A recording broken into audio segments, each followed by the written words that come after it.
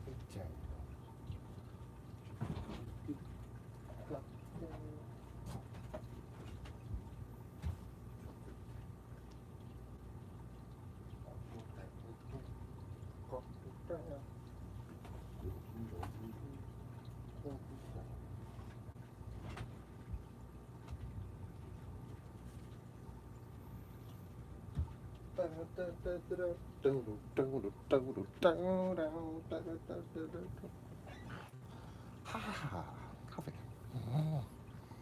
Coffee. Good morning. Who's joined us yet? Anybody? Good morning, Mr. Conway. How are you doing, sir?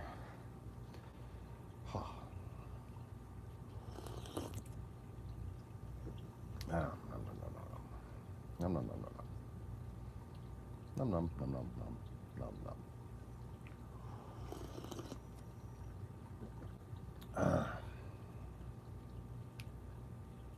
You know, other than the fact that I had to do it, it's really nice when I make the coffee.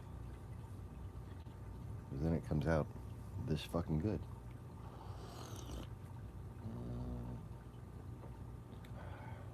Science.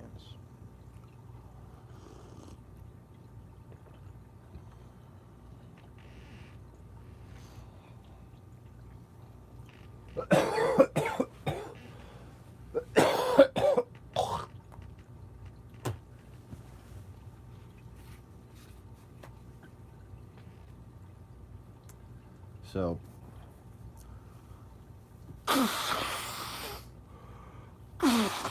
oh, here. my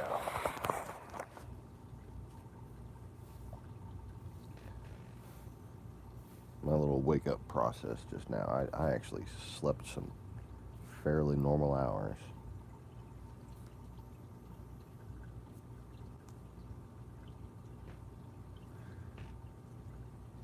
I don't go for style anymore. I just go for art. That's just, there we go. Yeah. Oh yeah. There we go. Just total chaos there.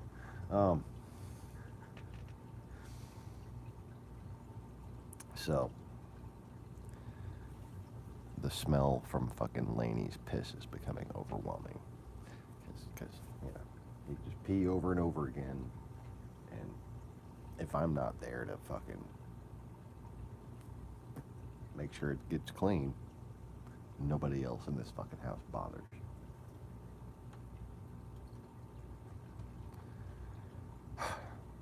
How did this become my life? I don't know. I don't know.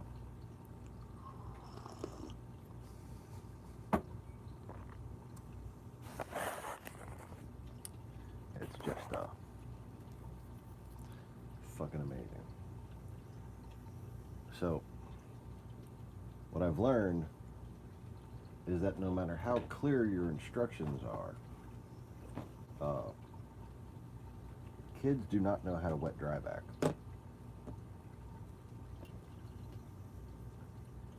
And by that I mean they don't know how to not break a wet dry vac.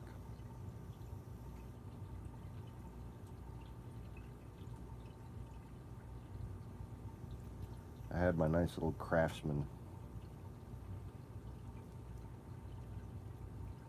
that I'd pull out anytime Dingo pissed on the carpet in here. And it, did its thing.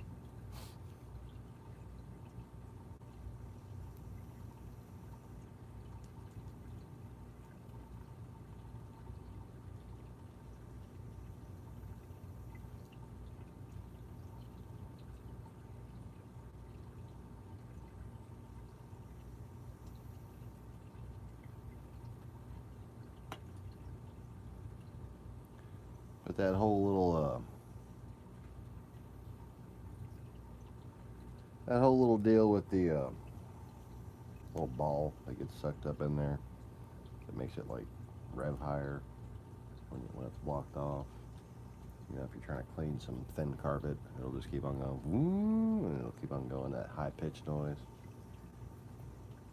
I tell my kids, don't let that noise keep droning. Because if you do, it'll fucking break. You think they keep track of it for a second? No. No, they just...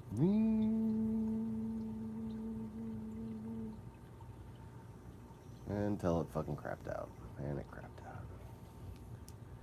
So now I have no wet dry back.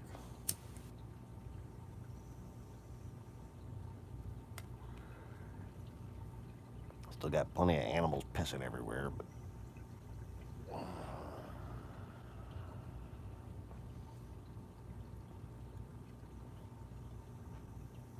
the only thing we can do to clean them up now is fucking bowl of water and some rags and shit.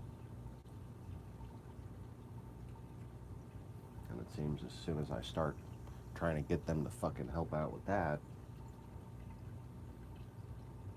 all the goddamn towels and rags disappear in the whole fucking house. And it took them a whole goddamn week to do one load of them.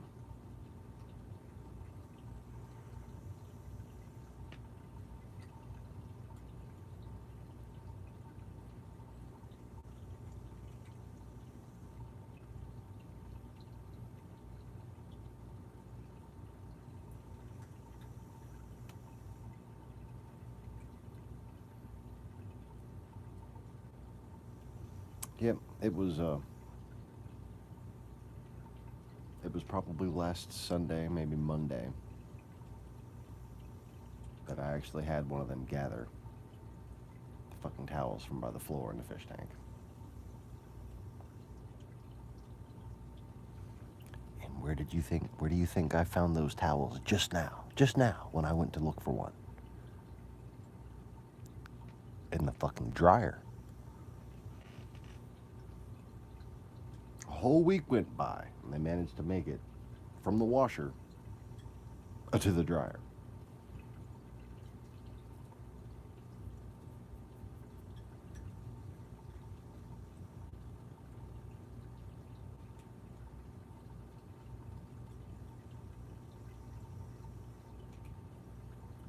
Fucking spoiled rotten.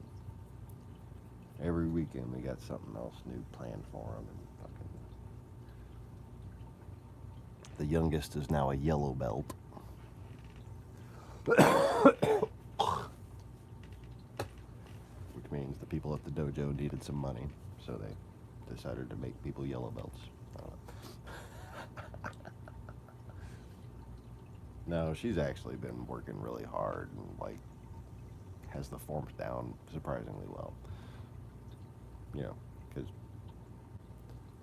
she's my kid. I can fucking make fun of her if I want to. She's a spaz. She's a total spaz.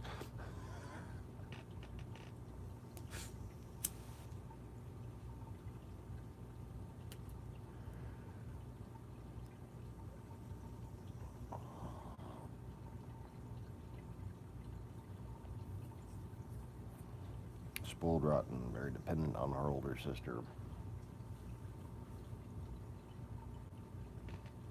Just like me, never wants to clean her damn room. Oh, when I was a kid, I never wanted to clean my damn room. Just fucking, I'll make you a path. I'll clear you some little holes for your feet so you can step carefully through my room.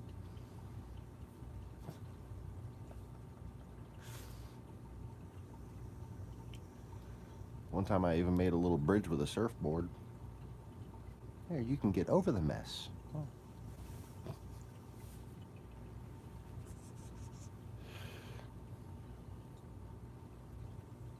I was one of them kids that would literally create a dangerous situation with my closet.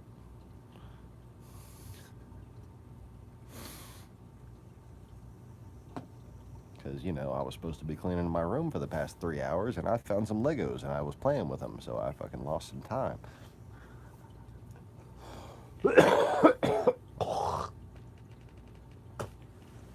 Oh man, I haven't seen this Lego for months.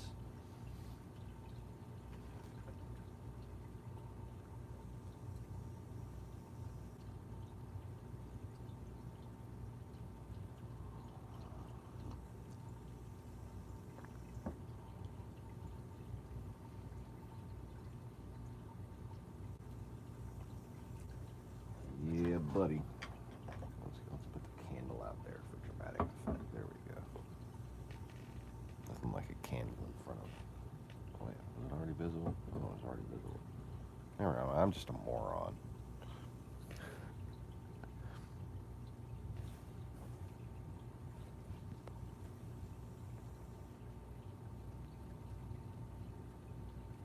You had a chair that looked like a giant pile of clothes. Ah, steam cleaners, yes. You know what, actually, like, for some reason people don't think of this, but it fucking works gangbusters. Told you I was a carpet cleaner, right? The secret to pyramid carpet cleaning, how we could get any fucking stain, out. Little spray bottle, fucking rubbing alcohol. Boy, I'm telling you, it was amazing. Like, and you know, it's like a no-brainer. It's like, well, of course that worked, but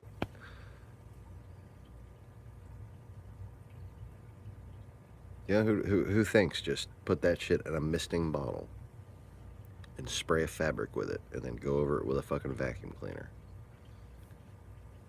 But I'm telling you, that shit will take all the stuff from inside and just bring it up to the surface like magic.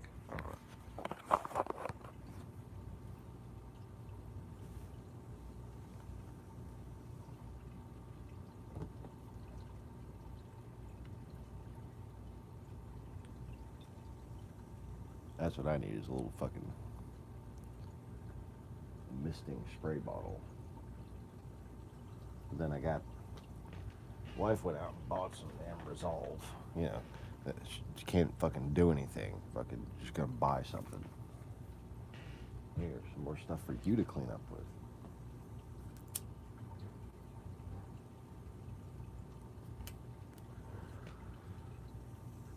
I'll be sure to get on my hands and knees and start fucking scrubbing as soon as possible.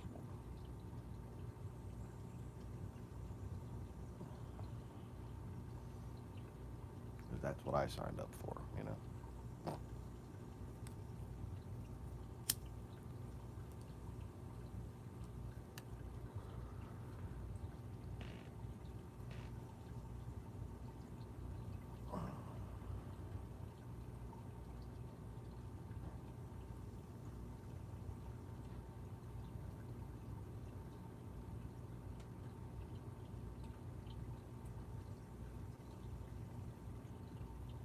I don't know, do people think I'm planning this business because I'm bored?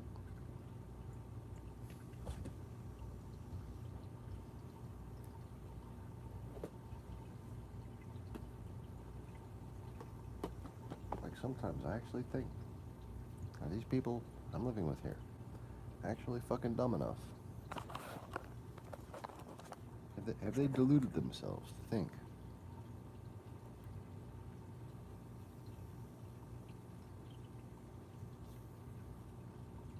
that I should be cleaning up after them still?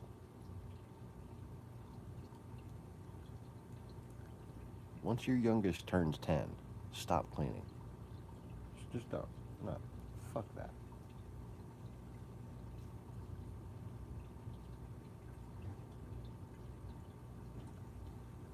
There's no reason why I should clean up at the rate of more than a normal person. I should not be having to act like a fucking stay-at-home mom still. You know? We all know that I was a very qualified, adept, and skilled stay-at-home mom and all. Just not my bag, baby. Not my bag.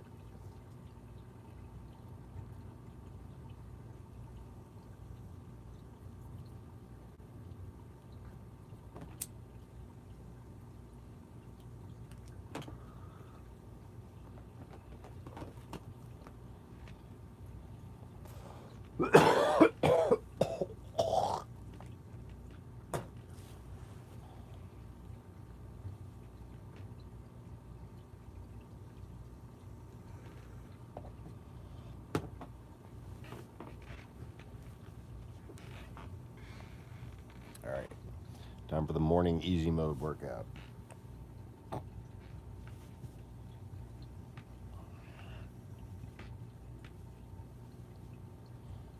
Ease and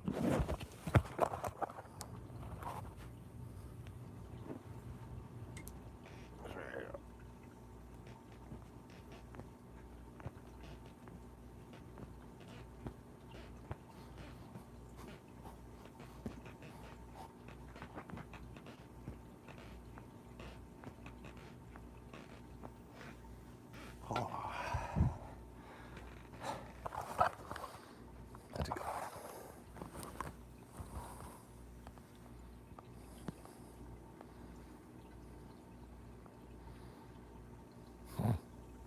Is there anything alcohol can't do? And yes, if you don't just stop cleaning up after them, they'll never fucking learn to clean up themselves. Very good. Kind of like humanity. It's like, it's all just a metaphor, isn't it? My whole life is a fucking metaphor. Ah! What am I, Jesus or something? Oh shit.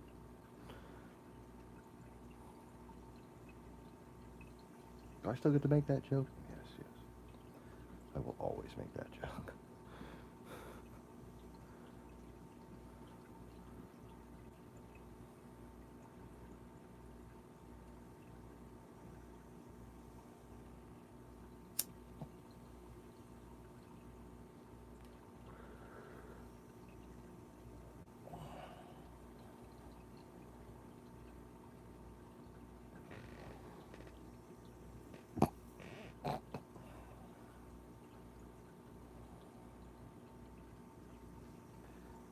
Yes.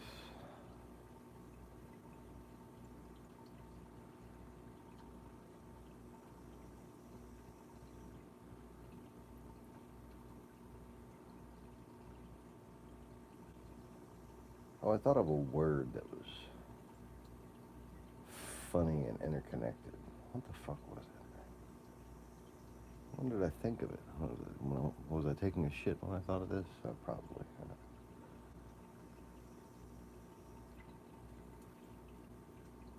Oh, damn, what was it? It was really funny.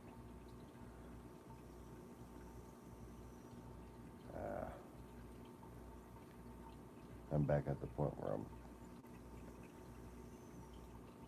fucking frazzled again and not writing shit down like I'm supposed to be.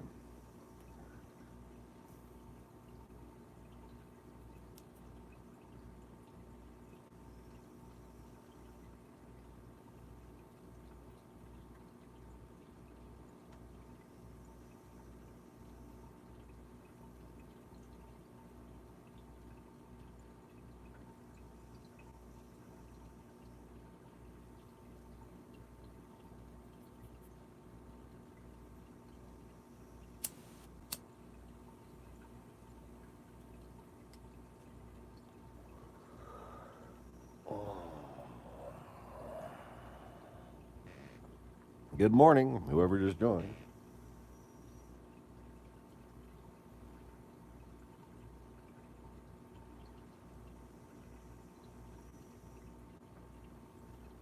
So yeah, I went.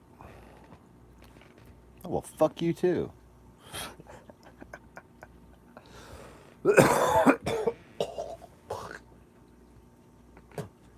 Tell you good morning and you fucking sign off.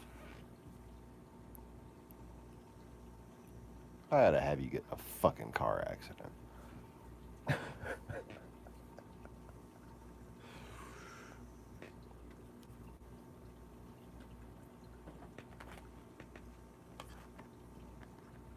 Like, be careful, man. If I run for president, I might make it legal to shoot someone for not fucking telling you good morning. Good morning. Fuck you then. Fucking be polite and tell somebody good morning when they fucking say good morning. Oh, I hate that, don't you? You ever open the door for someone and tell them good morning, and they still just fucking just looked at you? Huh. Like you were supposed to fucking open the door for them. Holy shit.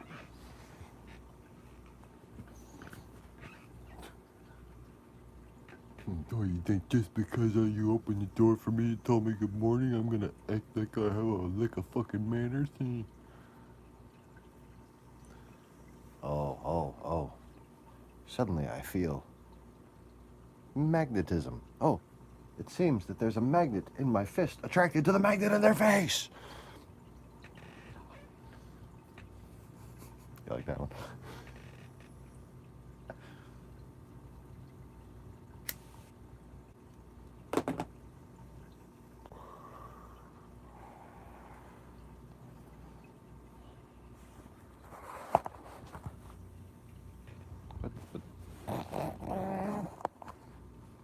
I am Blanket Man. Look at me, Blanket Man. Okay.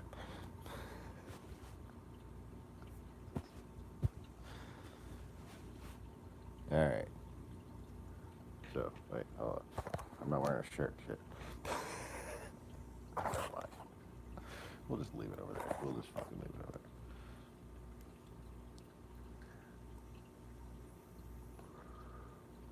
Forgot what I was gonna do anyways. Because I got distracted by being Blanket Man. Okay.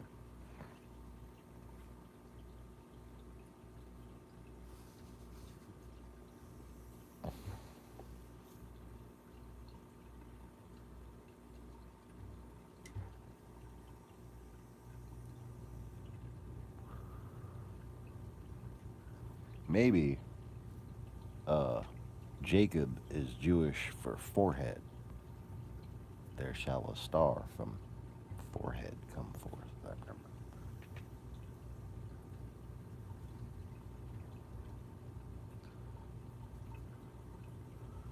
Or maybe star is synonymous with fart. Think about it.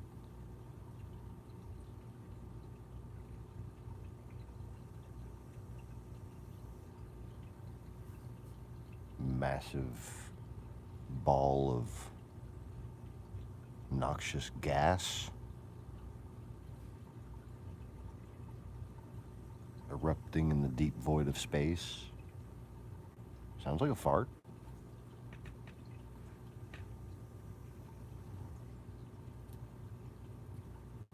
There shall a fart from Jacob come forth. And the fart shall conquer all of Israel. See, it was a prophecy about flatulence. That's all I'm saying. Maybe. I'm fucking jokes. There shall a fart from Jacob squirt forth, and a shit stain from Israel rise up.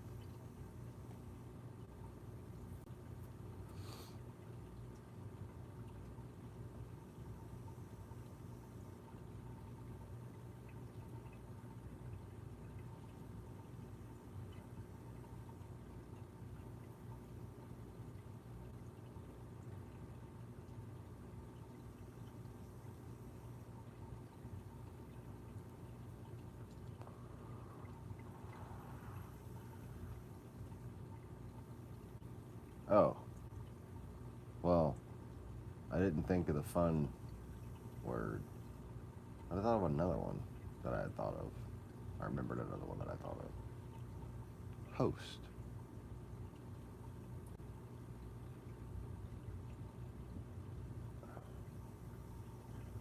There's 3 different meanings of host, even in the Bible.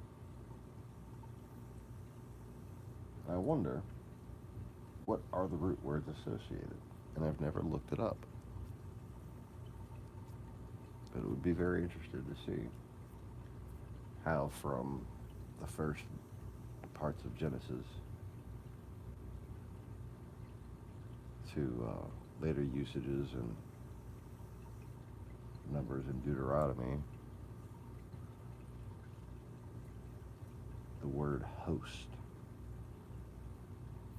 So host can mean soldier and can be a reference to angelic soldiers in that case, or supposedly is as such. Or it can mean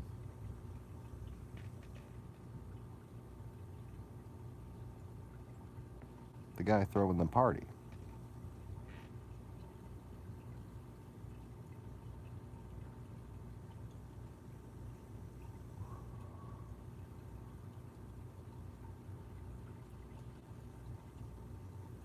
And it can also mean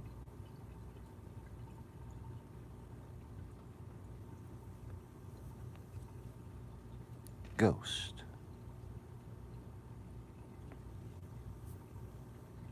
In fact, it's the same exact word.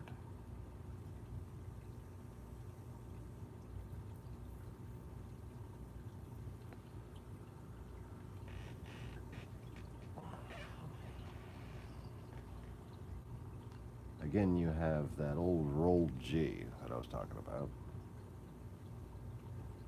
which would be pronounced with or without the G being there, because the word begins with an H.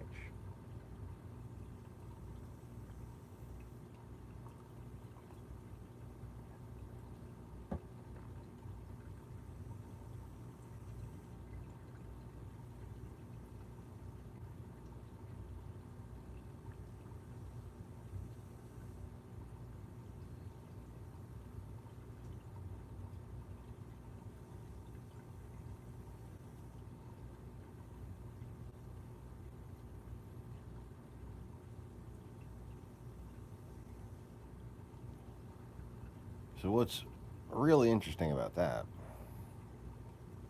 is the overlap, because all 3 of these things are actually the same thing.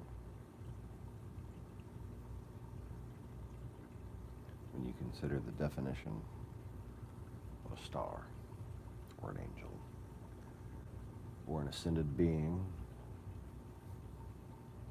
or primarch,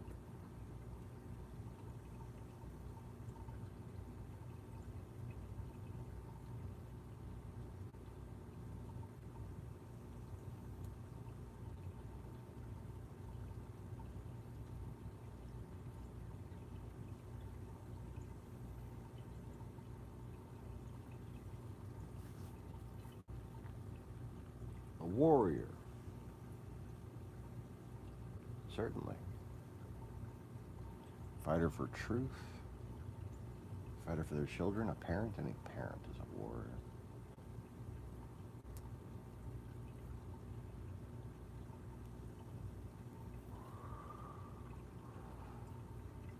A ghost warrior who hosts the party. In my Father's house, there are many mansions.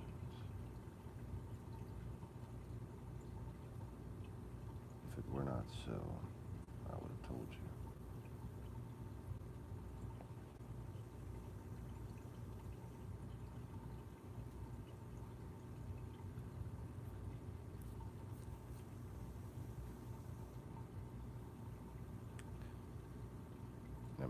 be confusing my father with Donald Trump. Maybe you think he wants to occupy all the mansions? No. Who occupies them? Hosts. Ghosts. Warriors. Veterans. Heroes. Mighty men of old. And renown.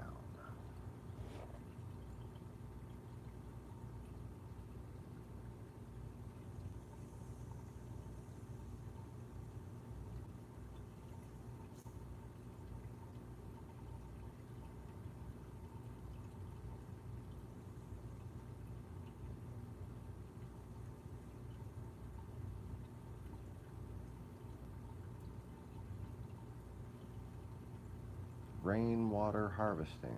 Is it legal?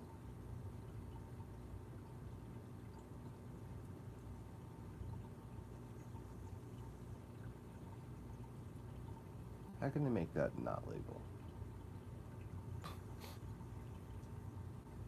It's fucking rain. Can't outlaw rain. I'm sure they can.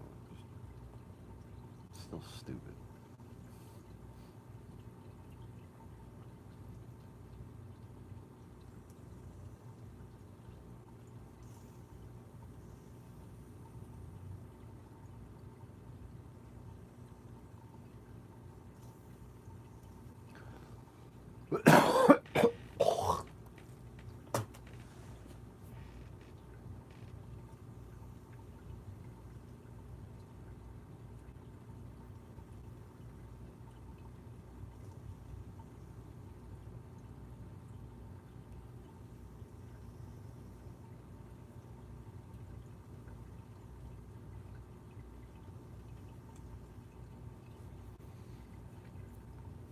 You know the difference between Fox News and MSNBC?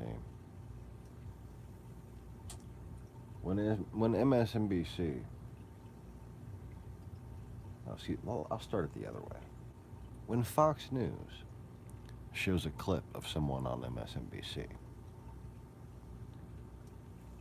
it's to nitpick about a philosophical point they made and to make fun of them.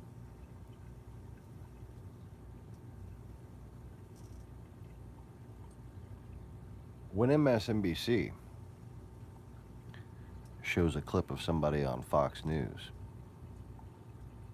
it's because they're lying or being racist.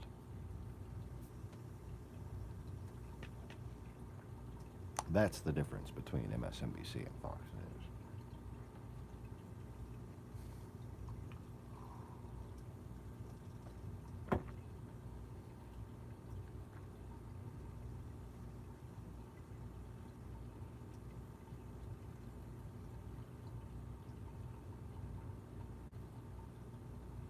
Like literally, Fox News just shows clips of other reporters to try to delight in being able to prove somebody else wrong. Oh, don't they just get so happy when they like have an actual valid point and they don't just have to sit there and lie like they usually do?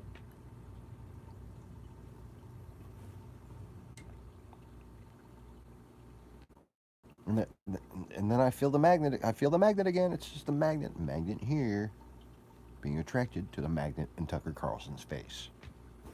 But then again, I'm not the only guy with that magnet.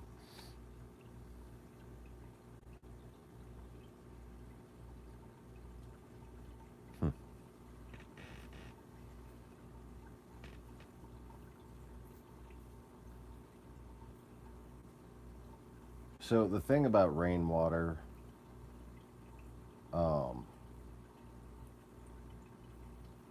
is it does have, depending on where you live, like if you live near an aluminum plant, for instance, it's going to have ionized aluminum in the fucking water.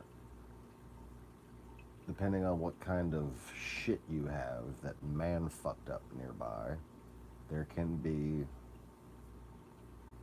toxic ions in rainwater.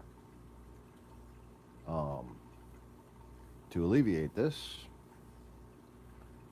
get you a big ass piece of ceramic.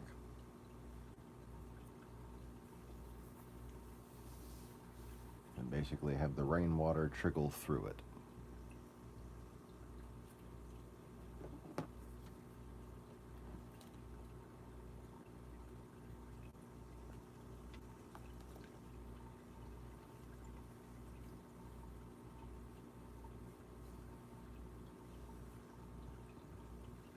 And eventually that ceramic's going to get clogged with all the minerals and shit. And you can alcohol soak it a couple times. You can vinegar soak it a couple times. The acidity will eat holes back into it. But those minerals, they don't really get dislodged as much as they just become a part of it. And they become a part of the filter.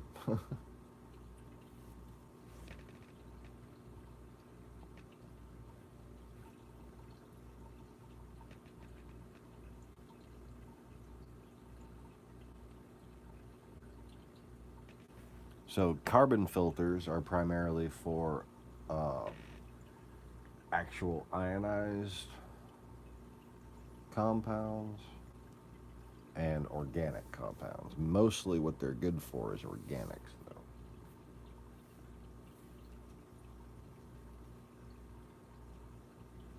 If you want to get the actual, if you want to get ionized and non-ionized metallics, you gotta have a ceramic filter membrane.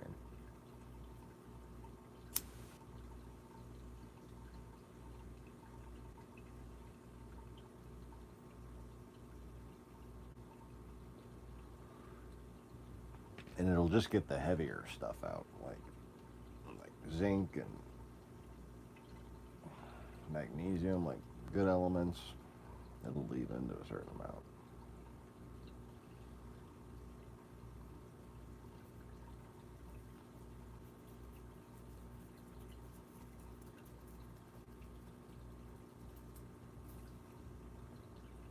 But like lead and any metal heavier than iron, you know, fat molecules basically. It gets fat molecules out. It's a fucking, it's like straining.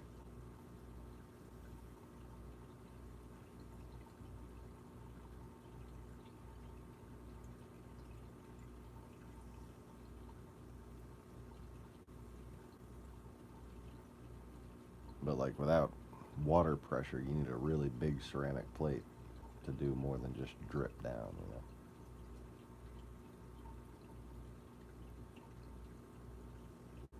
But to increase surface area, you can always stuff up. If you have a big ceramic pot, just stuff up the hole in the bottom.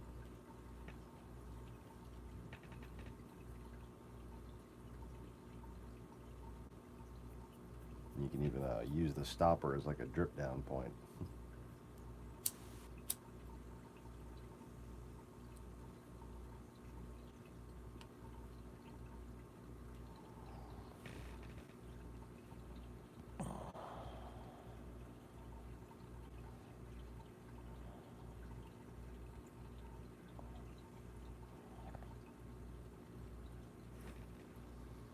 Well, sure.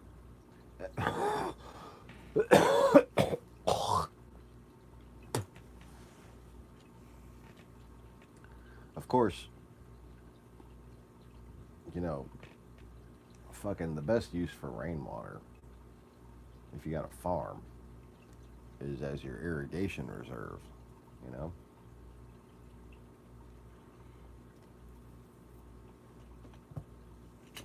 Depending on whether or not it's a place that actually does or doesn't have dry spells, and naturally if there's never any fucking droughts, you don't need a water reserve.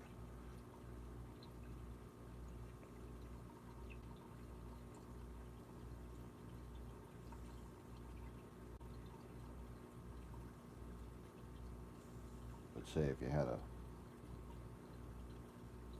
had a crop that needed to be watered once a week, And every now and again it went 2 weeks without raining. Keep just enough for that extra week, you know?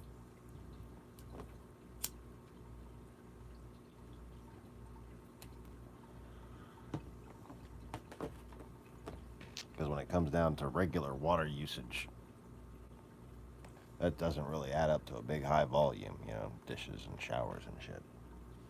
But when you gotta water a whole fucking field because it didn't rain 1 week, that's a lot of water. If you could have a supply that would provide that augmentation.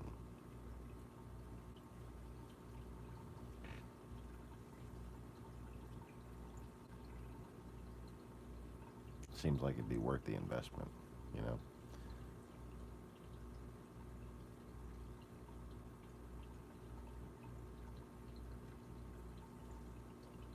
You know, there's two types of applied skill.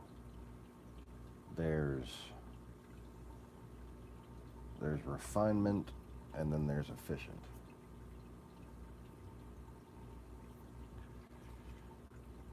When you do something that takes more time than it's worth,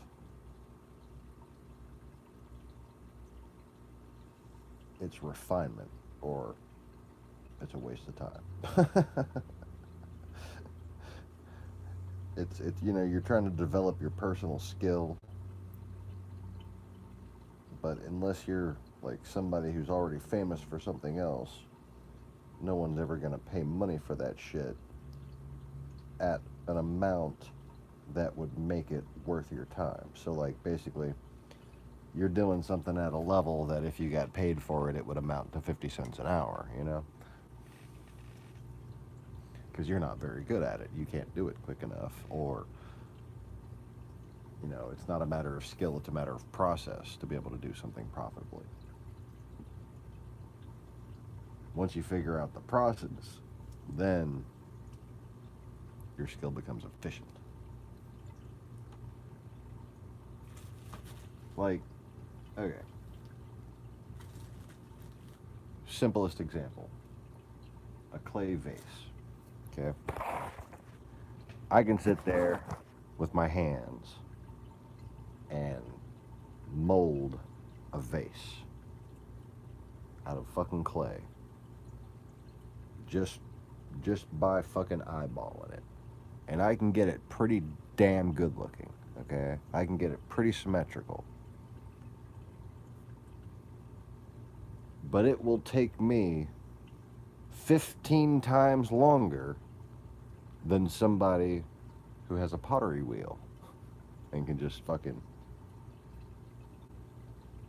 you know, actually just mold the shit.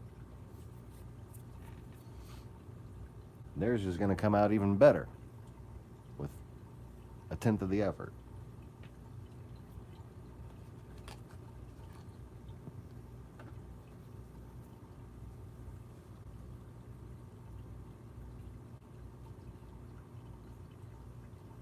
Now, it might be argued that when mine is done, it's going to have fucking fingerprints all over it.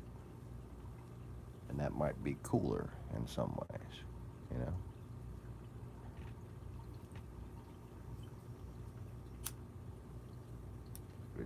There's a little bit more character when you can see, like, say for instance, if it was made by a family member as an heirloom, or by a loved one as a gift, to see the hand marks in there, you know? When there's sentimental value, then it's not about just being an efficient process. It's not about whether or not it's worth 50 cents an hour or whatever.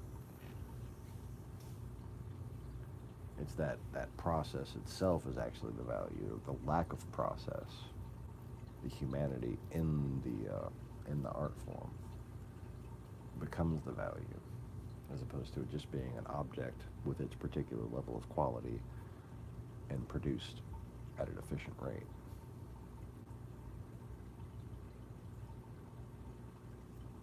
Anyway.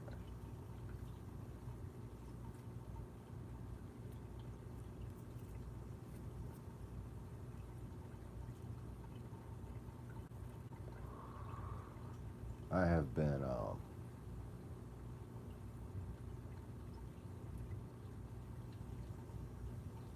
continuing to blow my own fucking mind every time I fill up another page in my sketchbook here. And I'm not inventing anything anymore. Well, it's been a couple days. 2 days. But that's not what I'm focused on. I'm focused on grabbing business by the jugular and just wrapping it around my nuts. I don't know, like, I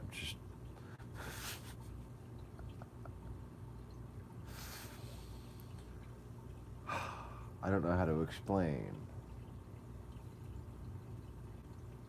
how fucking sweet this could actually work out as soon as it gets started. But there was some sort of angel guiding me. I don't know. The force was with me. Something. Because let me explain.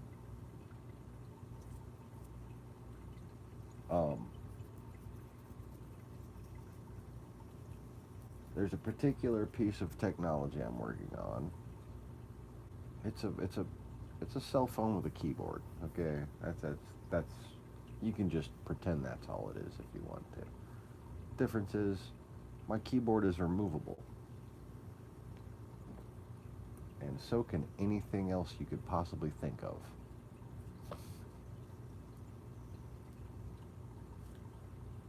You could put a fucking accordion. In fact, that's a great idea. I'm going to make an accordion that goes in the middle of your cell phone. So you can just take your cell phone and start playing a fucking accordion with it. That's the best idea ever.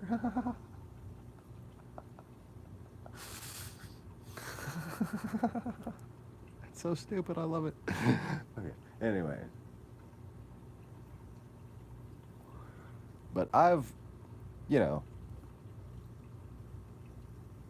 come up with a lot of different things that would be convenient as a matter of attachment to a cell phone.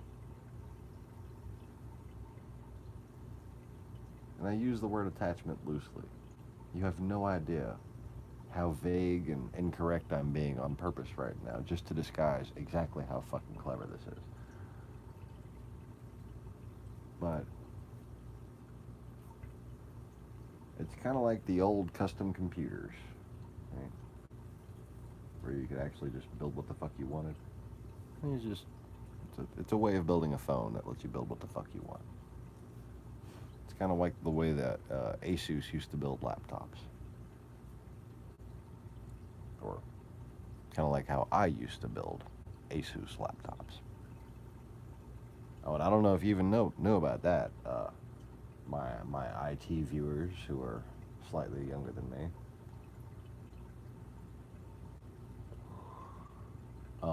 Acer, the monitor company, and Asus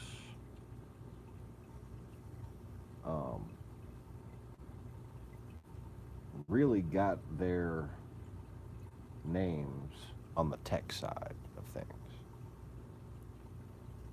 And while Asus had its motherboards that were the best motherboards, if you built a computer and you used anything but a fucking Asus motherboard, you were a noob. Okay? Like basically, if you wanted a gaming computer, you used an Asus motherboard. If you wanted a business workstation or a server, you used an Intel motherboard. Otherwise, you're ripping people off.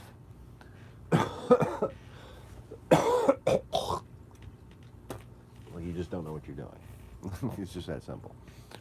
Every other generic motherboard was basically a clone of technology that Asus put together on their fucking motherboards.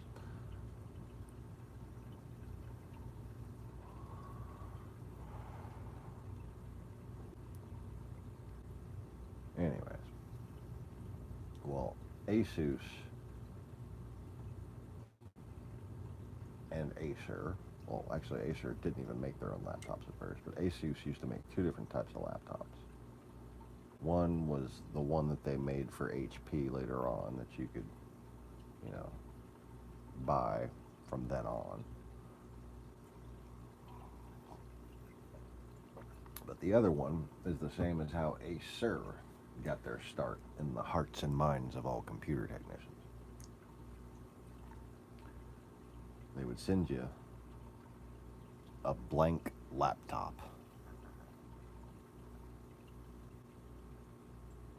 And you got to put the processor, the RAM, and the hard drive in your fucking self. You can choose whether or not to even put a disk drive in there. You could put a floppy drive or a CD-ROM in there. There was one that had both. And that was bitchin'.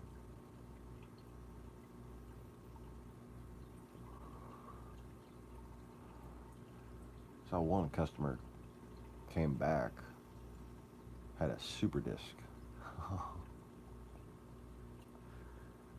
Fucking thin profile drive, super disk, internal, black. I think it was made by Microsoft too. That's bitchin'.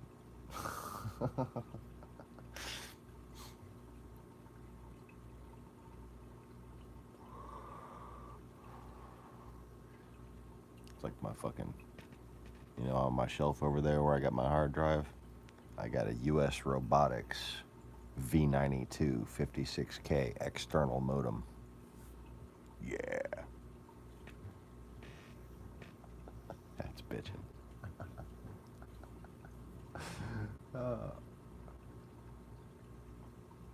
But yeah, man, fucking, the first I ever heard of Acer was this fucking printed out parts catalog.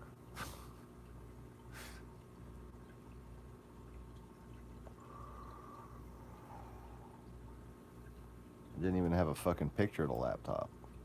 You chose a fucking screen size and the number of bays, basically.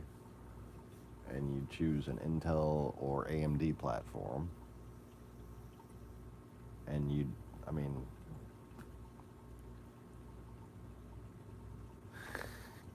either put the cheapest Athlon you could find or the cheapest Celeron you could find in there and call it a laptop, basically. What was the cheap Athlon back in the day? The Sempron? Yeah, Sempron. Remember the Sempron? Holy fuck, I can't believe I remembered that.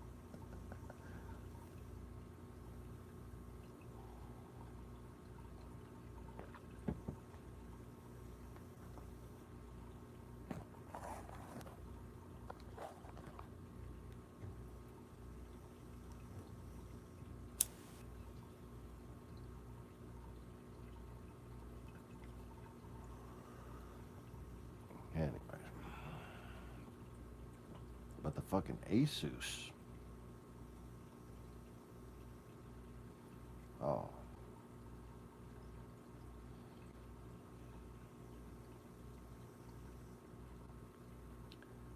The Asus were the first ones that you didn't have to go in on the jumpers.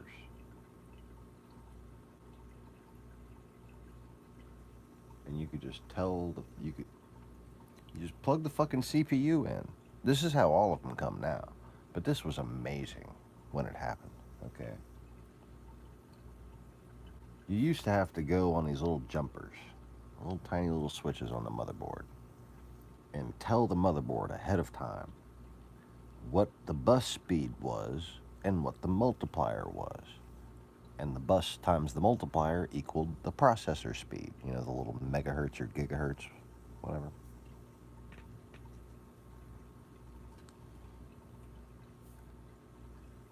You still had to do this inside the Acer laptop. But the Asus laptops, as long as you didn't fuck up too bad, you know, like, there were some processors that it didn't recognize because it was too new of a processor, right? But as long as you put the right generation of processor in there, it would pick it up. And it would, like, it would say the name of the processor on the screen while it posted. And then it would automatically enter setup and let you choose the fucking bus speed and multiplier right there in setup. You didn't even have to hit delete.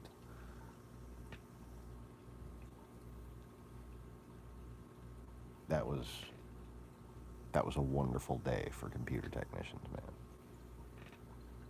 All the Asus motherboards started coming out like that after that. The only one before that had anything similar was the 8-bit motherboards. Now, similarly, the way all the SLI motherboards these days, good morning, Joey, the way all the gaming motherboards came out for the past 10 years, you could overclock them in the BIOS, you know? It used to be the only motherboard you could do that with was a fucking 8-bit motherboard. Like, people did overclock Asus motherboards, but they weren't supposed to. Okay? People overclocked other motherboards with manual jumpers, but they weren't supposed to.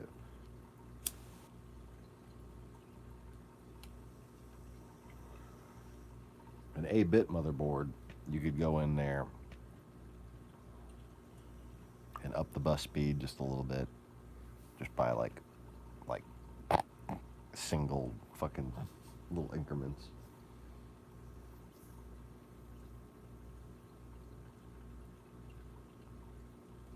So if you had like an 800 megahertz processor on a 100 megahertz bus, you'd bump up the bus speed to like 112.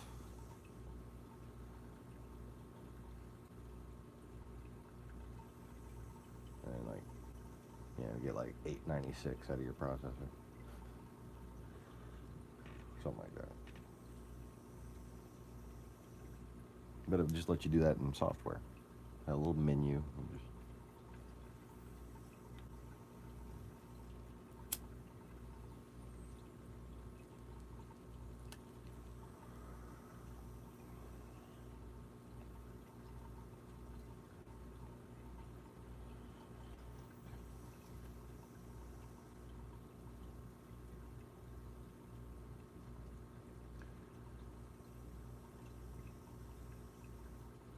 But you know,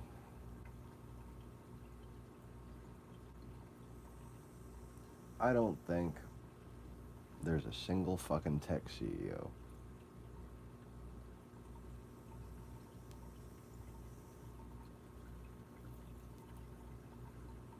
who's got the exact generational experience that I have, that's seen technology evolve from the perspective that I have. Basically, I saw it all just get good.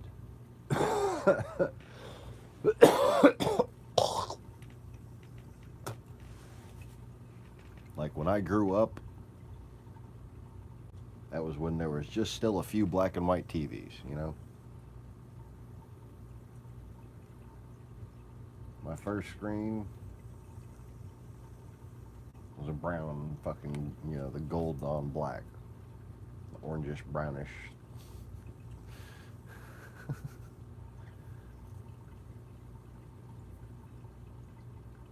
Like piss after a night of drinking straight whiskey, you know, like.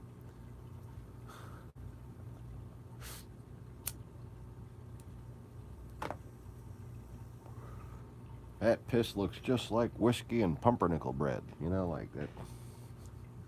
That color was the color of old fucking monitor. And then we got 8 color, and then 16 color, and 32 color, and 64 color, and 128 color, and 256 color.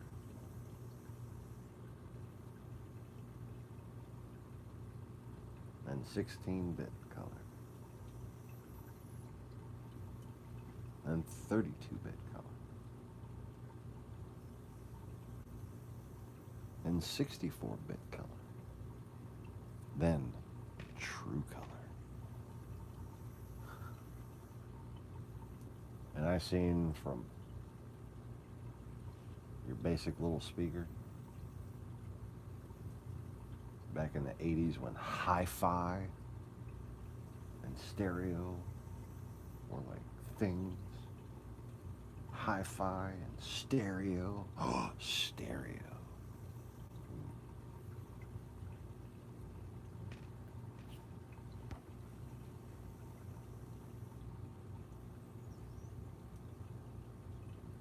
Oh yeah. I remember them big projector TVs.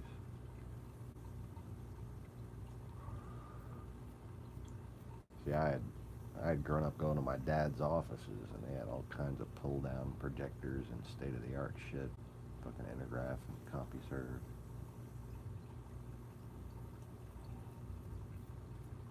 Those were tech firms back in the fucking 80s.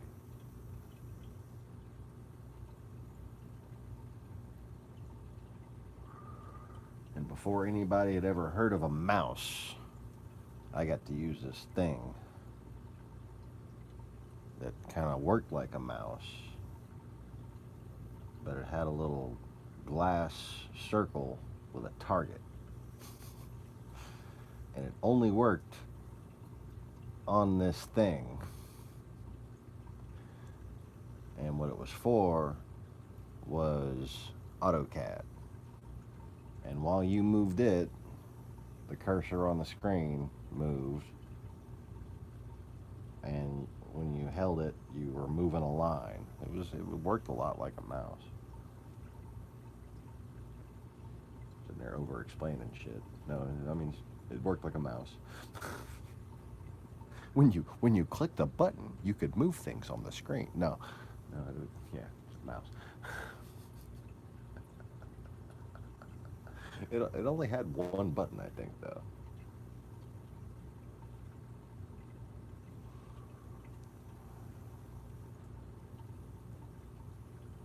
I remember seeing like a combined device later on that had like mouse buttons and that thing on it for AutoCAD specifically. But I don't think it worked the same way. Like this thing needed, like this was like a big console machine, fucking one big computer. An AutoCAD computer, you know, made just for designing fucking oil rigs. I was like, 5 playing with it.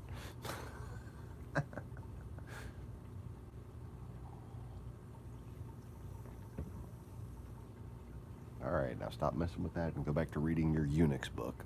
Okay. I don't want to.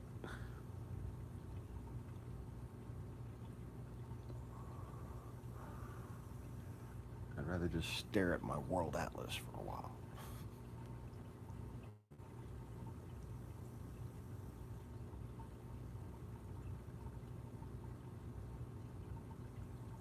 Did anybody else stop really needing video games when like the Google Earth type shit came out? Like, who needs to go conquer a fictional world when you could just pretend to conquer this one?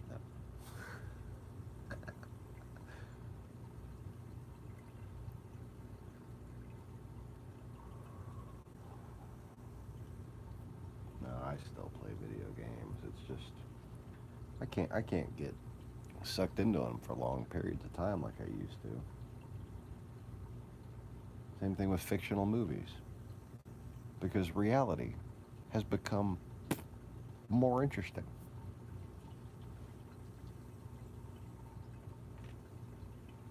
It's like you watch a movie and it's like, what are these people complaining about? People don't even have fucking problems. Like, I thought this was supposed to be dramatic. Pay fucking $10 to see people who are luckier than me.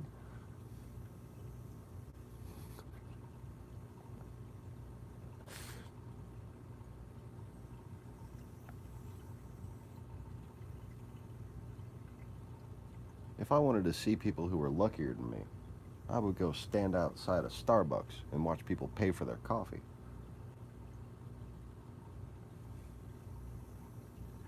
Holy shit. Every 5 people, that's another month's rent.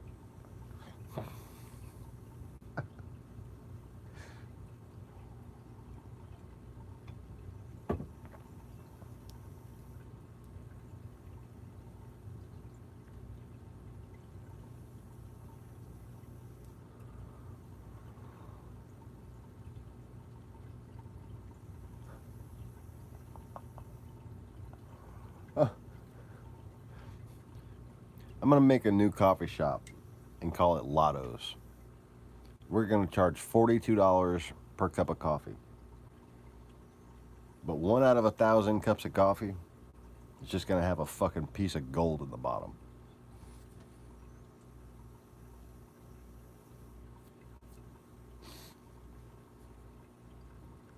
See if we don't people have line the fuck up to pay $42 for a piece of coffee, for a cup of coffee.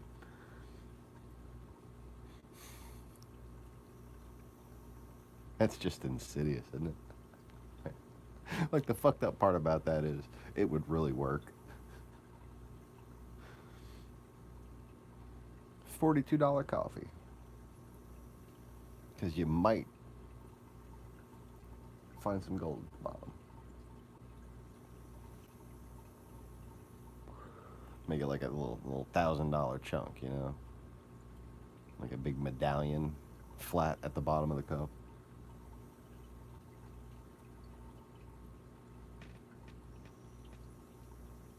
Yeah, 1 in every 4,200.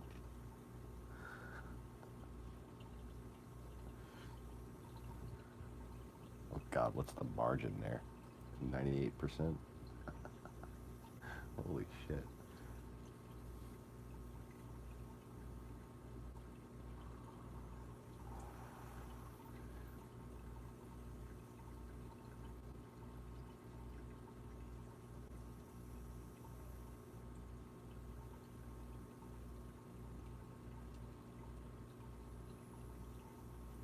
Like, is that even legal? Like, can you do that?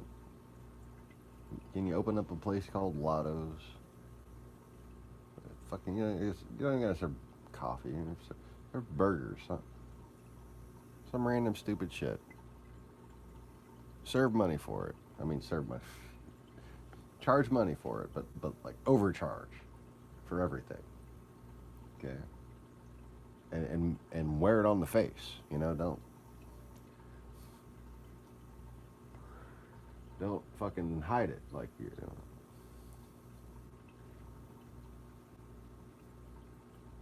We're charging 3 times more than everybody else. Where you pay more, Lotto's, where you pay more for your chance to win. Okay? Just wear it right on the fucking sleeve. Nobody can complain about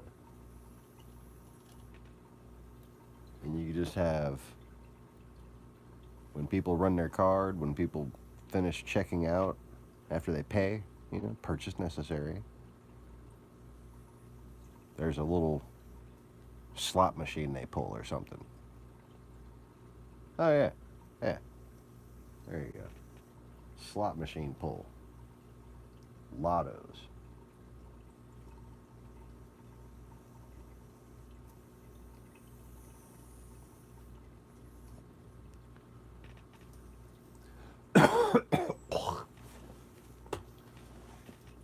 And every 1,000th customer or whatever,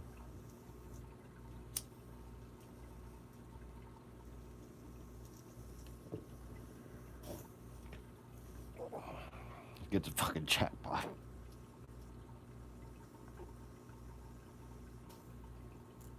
You know, I'm gonna write that down. That's a fucking good business idea. If that's legal, I mean, gambling's legal here, shit.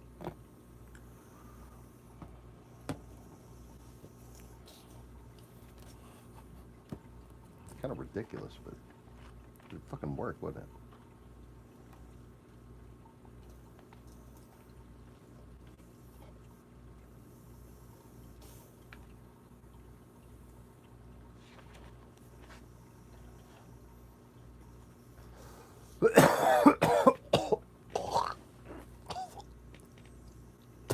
Excuse me.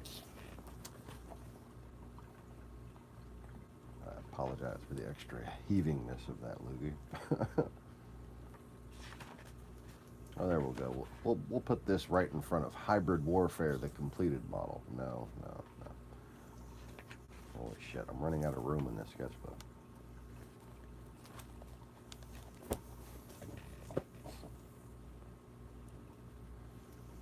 But yeah, okay, so this has now become the cheesiest and most easily stealable idea. But it's not exactly something you can fucking stop somebody from making a local restaurant with.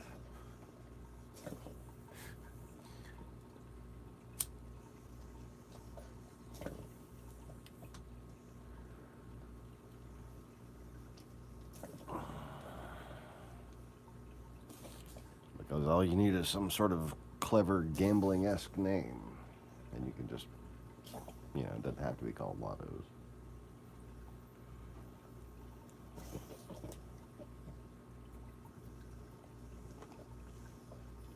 In fact, I just thought of a better name.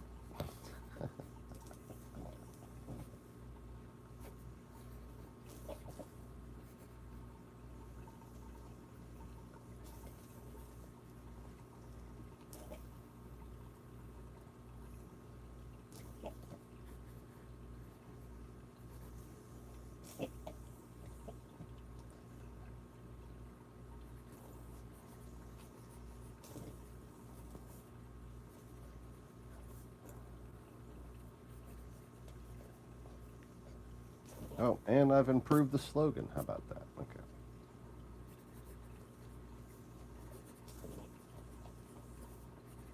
Dingo! Get the fuck out.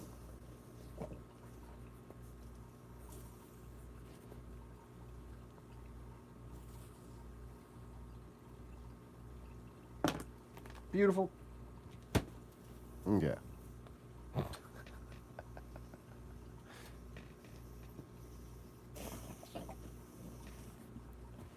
Yes. Sorry about that.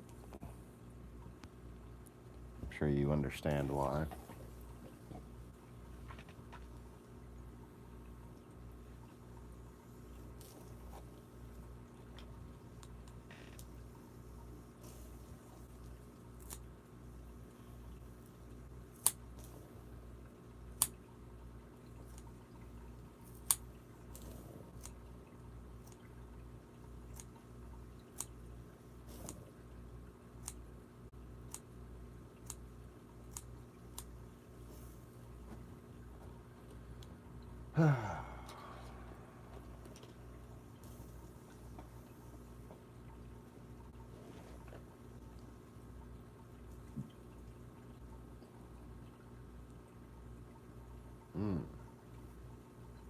Almost forgot about my coffee.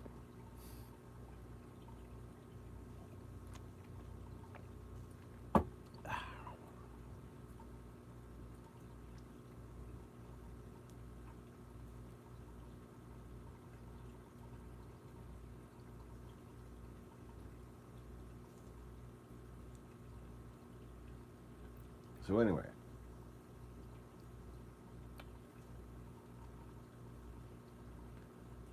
about my new little special custom laptop project.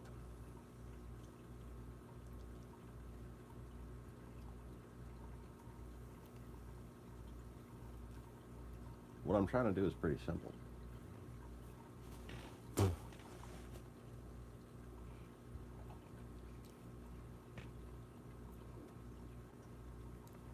I'm trying to establish a form factor using known protocols. Okay, so basically, I'm just rearranging the wiring that connects things.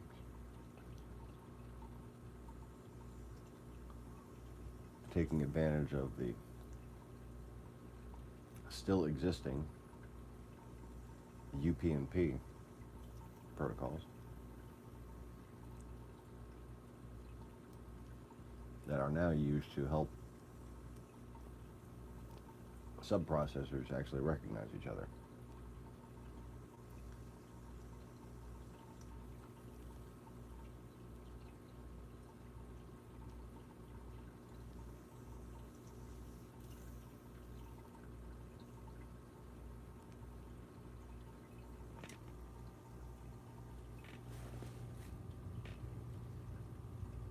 So right now, you have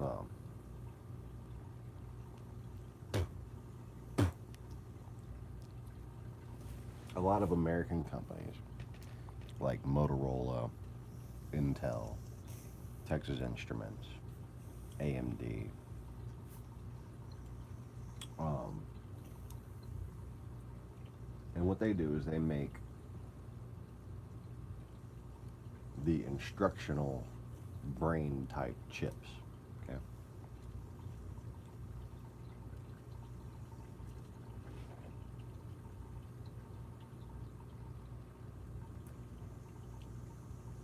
And then you've got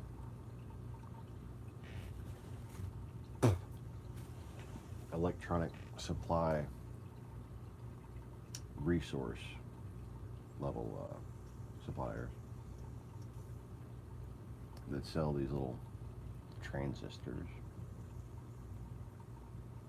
diodes, switches, and little sockets for those chips to go into.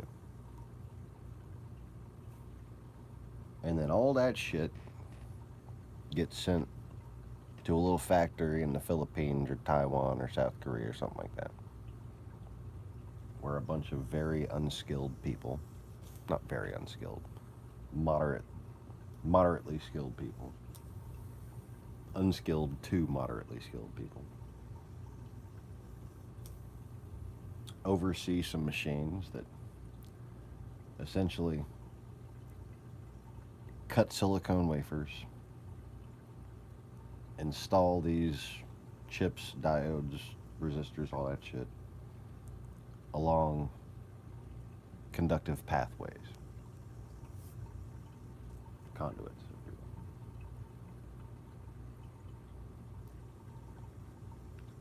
will. And then that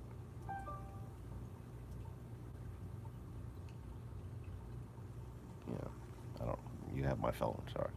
That goes inside of a little box.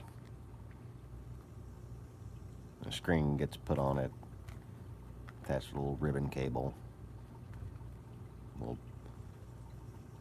control input panel or whatever on the side or whatever gets put in place, and it becomes a phone.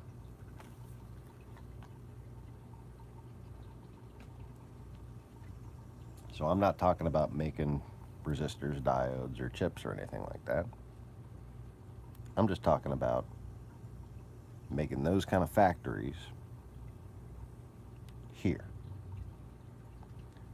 by making the entire manufacturing process and the market itself more efficient, more profitable, and utilizing less than 10% of the current materials that we waste on our cell phones.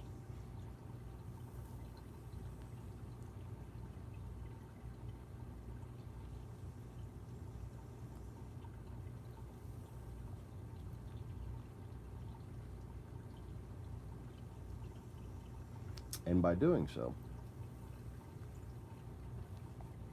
I've created the most secure series of devices possible. Oh yeah.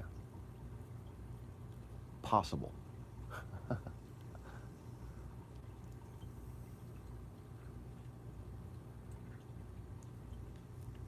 Like, short of having somebody armed deliver shit to you with like a briefcase with like he's handcuffed to it, you know, like one of them McGills.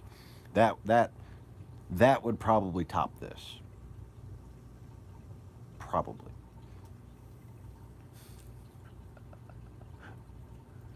But short of that,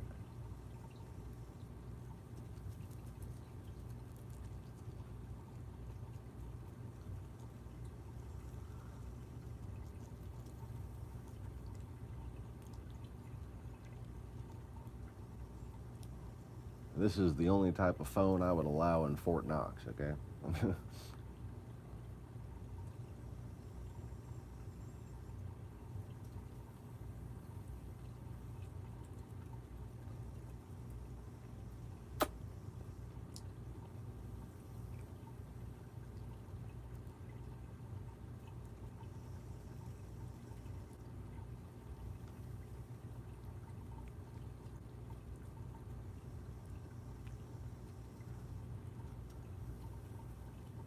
see, what makes it work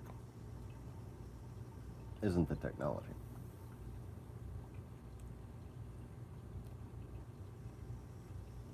It's the politics. It's the planning.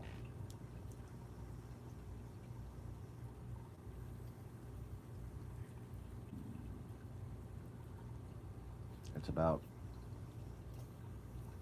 finding each player along the way and how to make it so good for them that they can't refuse.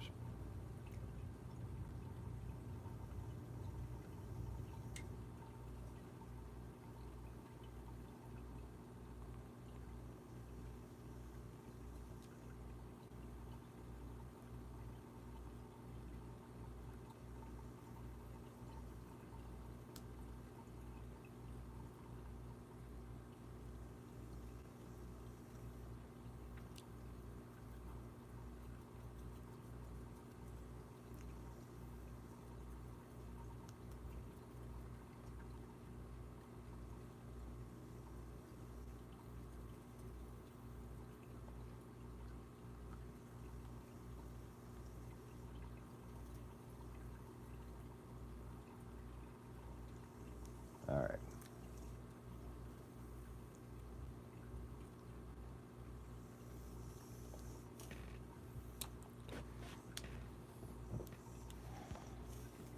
Oh, damn it. Why doesn't it give you enough time to see?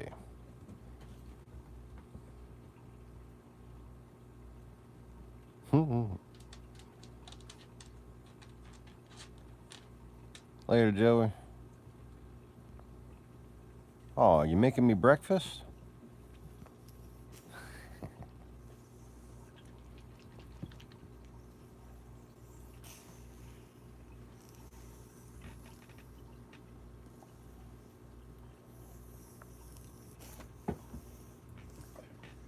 Yes, slush is usually just what we call snow around here. But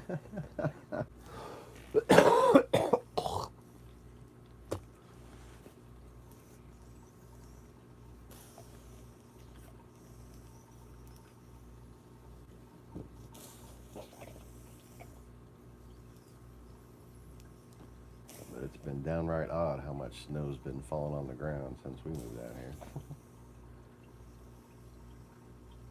Snowed the first Christmas we came out here.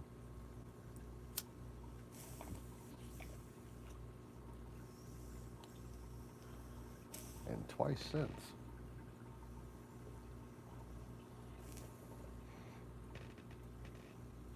Max. What's up, little brother?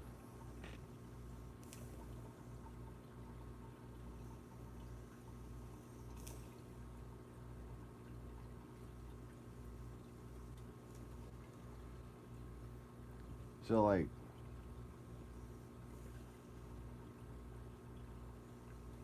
the thing with the incentivizing, you know, like I don't know, you know, it's not like making somebody an offer they can't refuse. It's finding the offer that they'd be stupid not to, you know?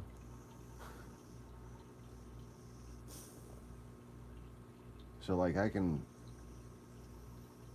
start this with any government I want.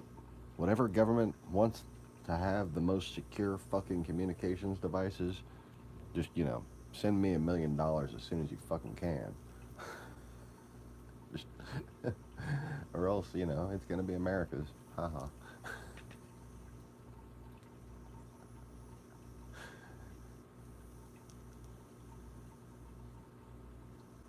As soon as a government decides that they want to have the most secure communications devices, that's all it's going to take.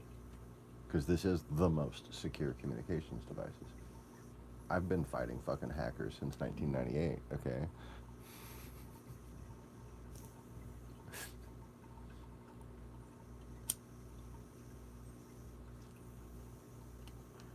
There is shit that I'm aware of that I don't even bother thinking about because I know I can't even do anything about it, okay? Like, but in this case, like I said, the most secure.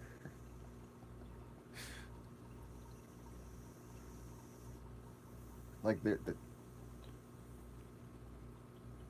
you'll never guess someone's password. Let me put it that way. That's just not even, that's not even thinkable. It's not even an option. Password hack. It's beyond that.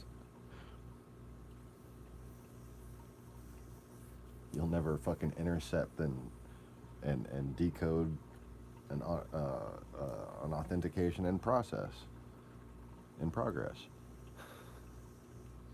because it's beyond that too. It's so fucking delicious. I can't, like, of course I can't say it. But it's like, you know, how long have I been at this? If I say something is just as secure as it can fucking be, it's as secure as it can fucking be.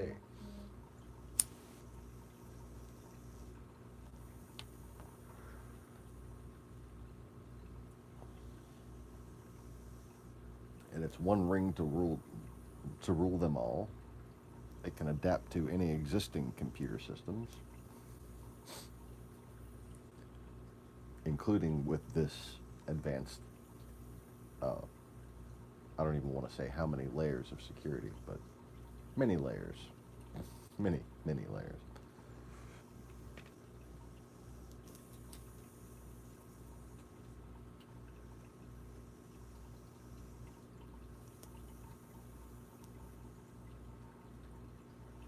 And so effortless. So effortless. It takes way too much time to log in these days with way too little security. I mean, it's just wasted time.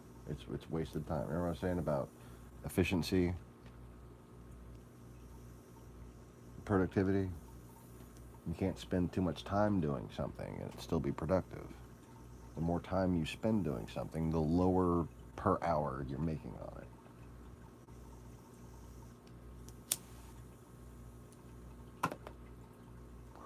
Are you really going to keep paying people to spend 15 minutes trying to fucking figure out their old password? When they fucking, you know, like, how often does that happen on a corporate level? Think about how much money gets wasted by people having to renew their fucking passwords and shit. Oh my God.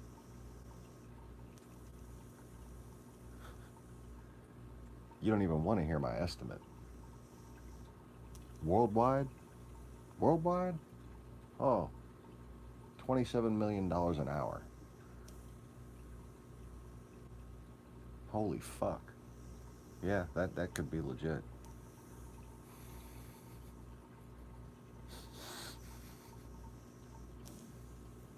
You can pay me that money. I'll fix that for you.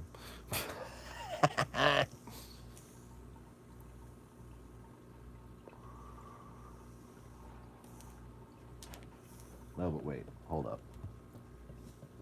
In that calculation, I was extrapolating the worldwide population as making an equal amount per hour. So if everybody made American customer service money, or engineering money, or whatever, the different various types of sales, banking, real estate, e-commerce, industrial, login type stuff you have to do.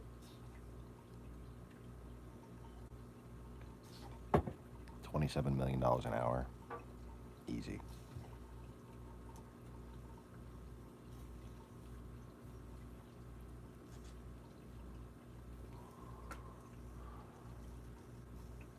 I'm not going to explain how easy my login process is. I'll just show you. There, I'm logged in. That wasn't the exact motion, but that's... You put your right arm in, put your right arm out. Can you put your phone on a desk? Then you can log in.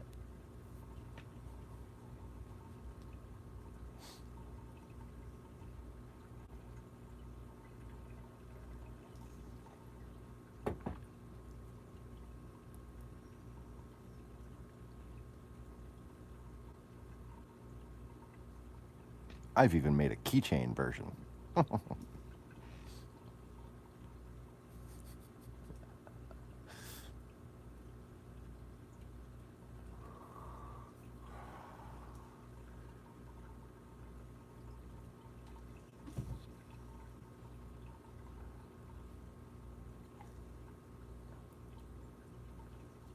So, this little factory will be able to make like a version of this that iPhone can call an iPhone. They'll make a version of this that Google can call a Droid. They'll make a version of this that Microsoft can call a Windows Phone. Or the new name that I thought of that they should call it instead. Because it's better. Because Windows is just kind of old.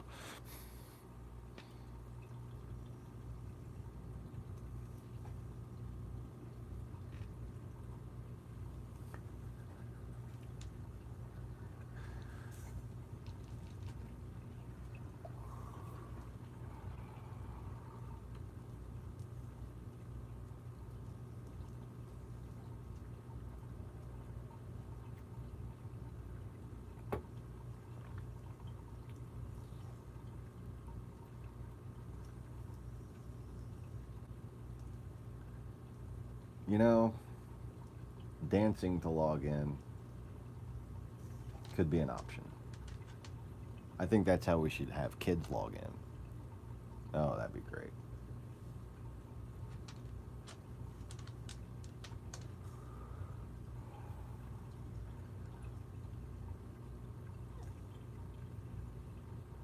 That way they'd have to exercise before they played the computer.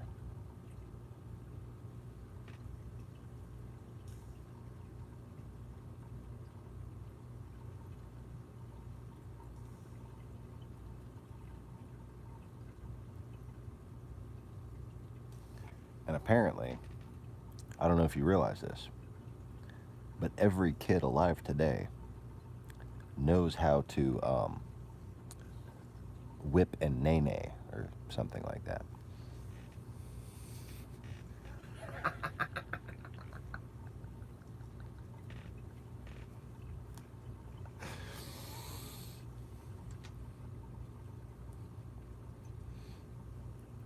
Now watch me whip. Now watch me nay. Now watch me whip. Now watch me nay.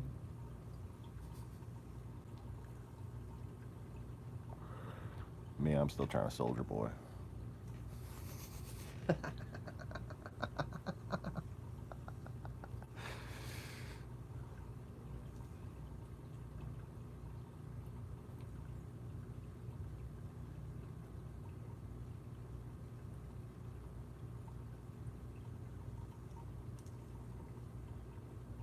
A little bit. Seated dingo, please.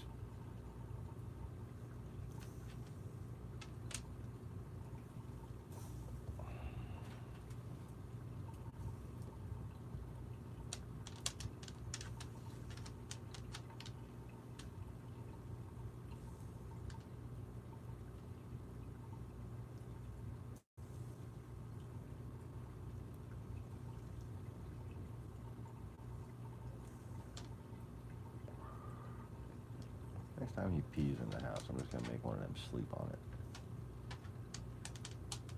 Just lay a blanket right over it. Just soak up the fumes.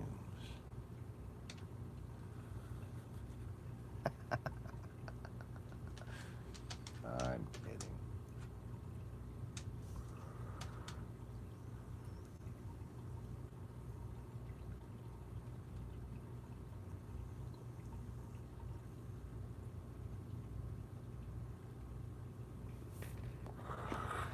Right back.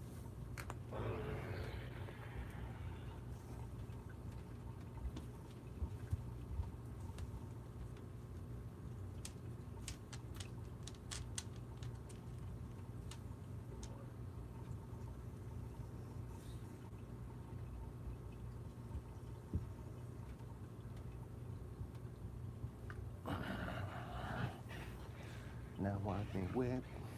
Now watch me nay.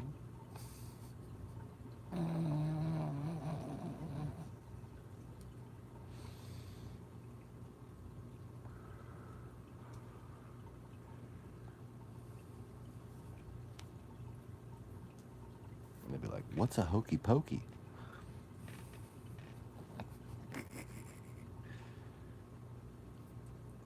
What you don't know about the hokey pokey? You know skidamarink? You don't know skidamarinky dinky dink. What you know? You can't realize just how lame the fucking 80s were until you say that out loud in 2019. Skidamarinky dinky dink, skidamarinky doo.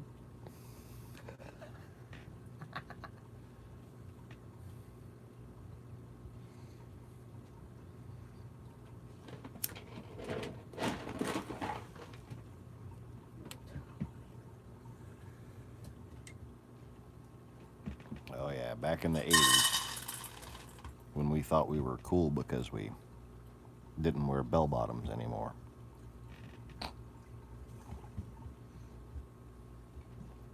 Look at my parachute pants.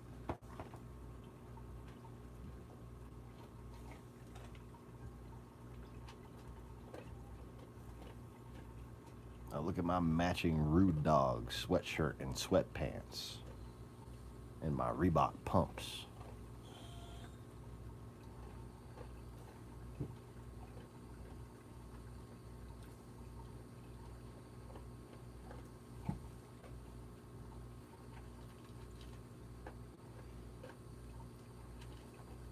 Oh yes, Rude Dog. The Walmart brand mascot for kids who couldn't afford real name brand shit.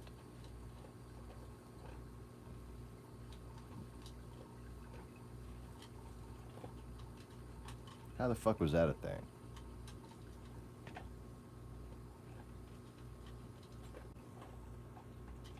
Or you want to go find a communist agent in some random fucking business. Go find whoever came up with Rude Dog and thought that kids should be wearing that shit.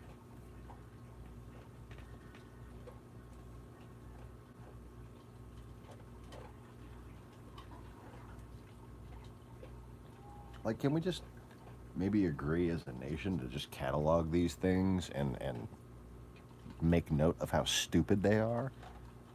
Like letting children watch The Simpsons, for instance.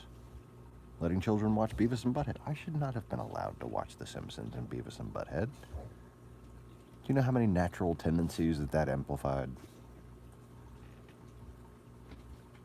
Especially when it came to the collective influence on all my other friends who also watched Beavis and Butthead and The Simpsons, you know.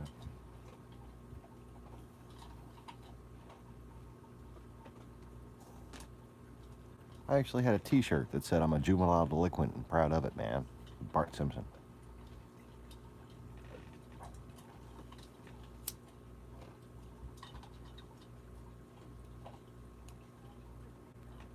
Kids clothing section at fucking Walmart.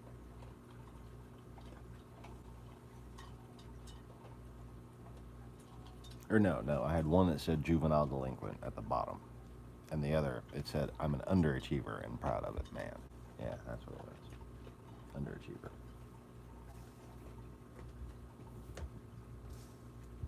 I think my mom bought me that one.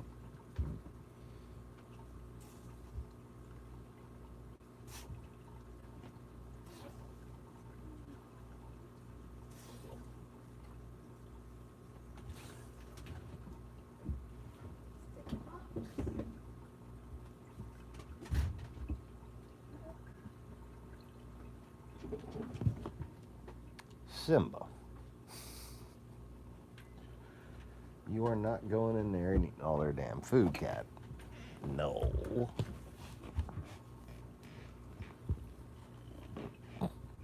No.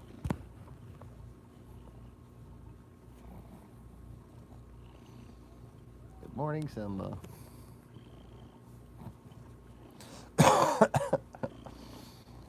He is like charging too. He's just going for the food. Come on.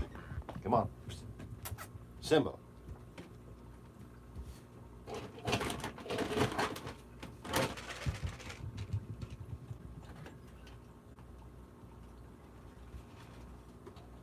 Oh, fuck.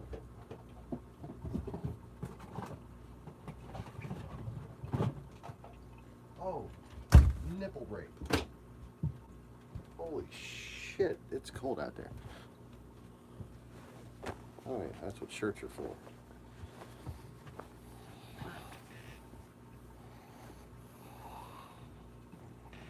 The fucking wind just raped my nipples. Violated them.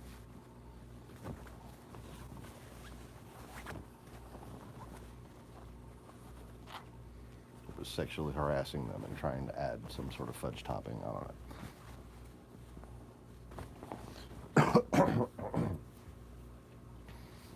Clearly it had me confused with some sort of ice cream treat. It was trying to keep me from melting.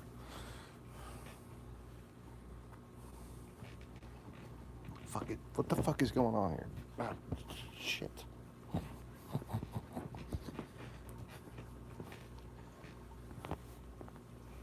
lump of blanket. A lump of blanket is all it takes to make my fucking whole back hurt. That's sad.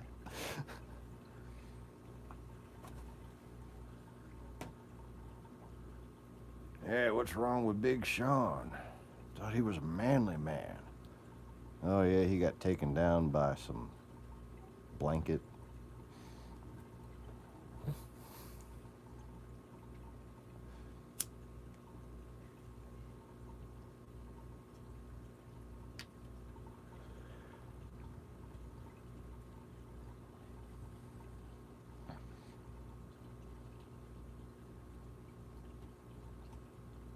Is he okay? Did he injure himself when he fought them 3 rednecks at the bar? No, he just slept a little crooked.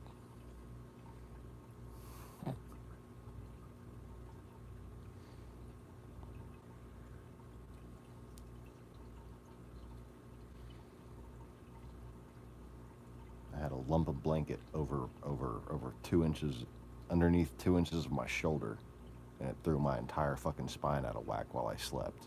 And then I woke up inflamed and unable to walk. Yeah. That's all it fucking takes.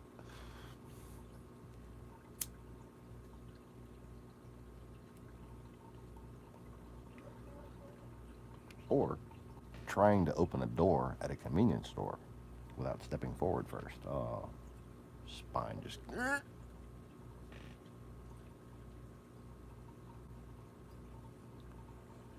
I have to have like Muhammad Ali feet all the time, basically.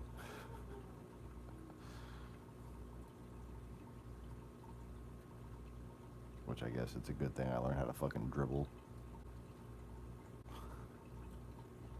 Because that is definitely where I learned how to move my feet fast like that.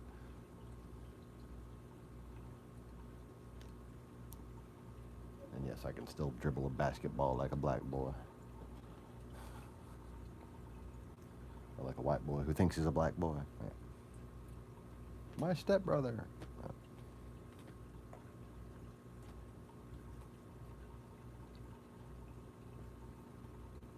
That was a handy little experience, having a stepbrother who was the captain of a fucking basketball team. Shit. The short white captain of a mostly black basketball team. Yeah. Skills. I mean, fucking skills. And talked like a total jackass.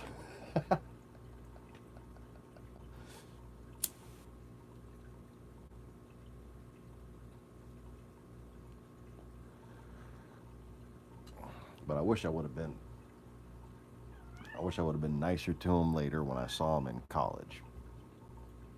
I was kind of pissed off that my dad had tricked me into going to that college just to spy on, well, his mom.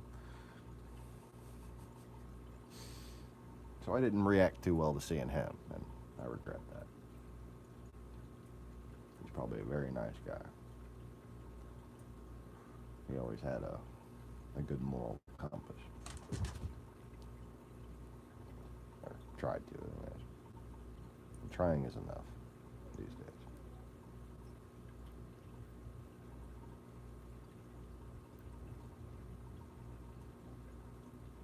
Who am I not kidding. For all I know, he fucking voted for Trump.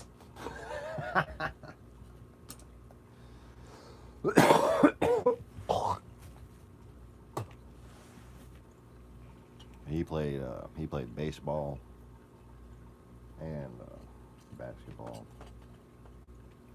like on the fucking league. Very, very talented at both.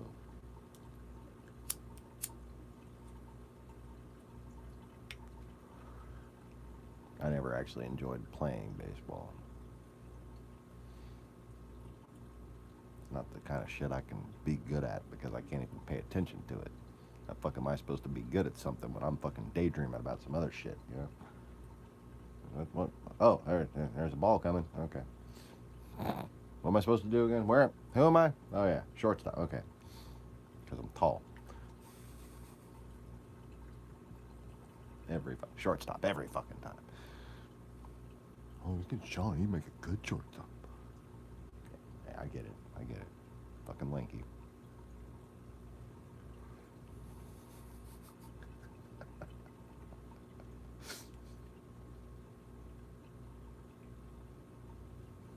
Basketball was my shit until I broke my hand. I had a good little run with basketball.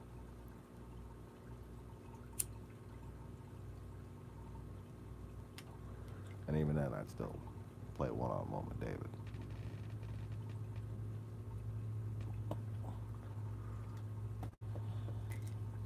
Let's see. I don't know if I can mock him. I'm too old. Or you fucking dribble on. With these guys right here.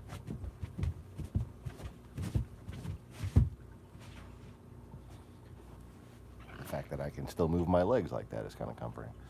But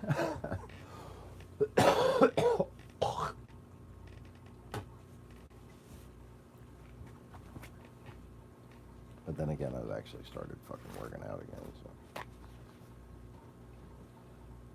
I'm not in my horrible fighting off the flu shape.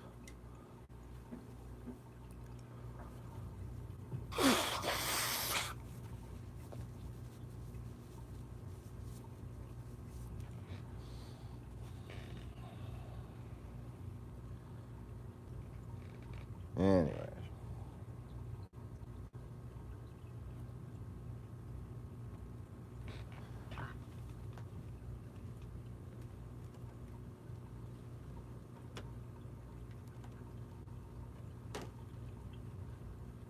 So, I don't know, do we need to talk about the title or is it pretty self-explanatory? Trump's been holding fucking the entire government hostage, trying to get a stupid fucking wall, just so he can have a claim to fame, just so he can say he did something. No. Simba, go on. I said scared. Simba. You better go on before Misha starts mothering you.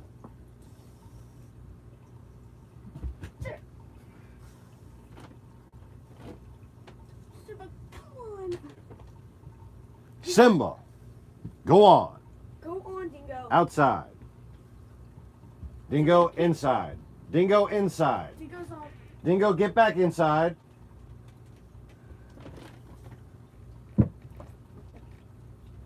I yelled outside, and Dingo tried to go outside. Thought I was talking to him. Oh, really?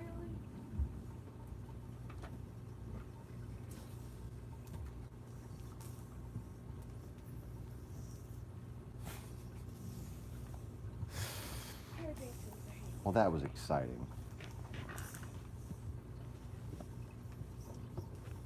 Everything is hating me today. All right, there you go.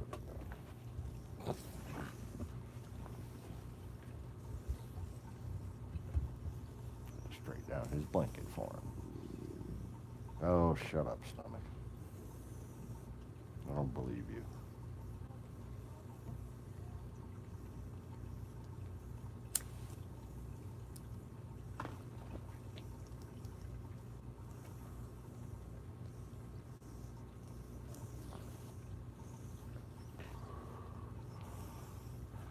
My stomach is like a little Catholic. Father, forgive me for I have sinned.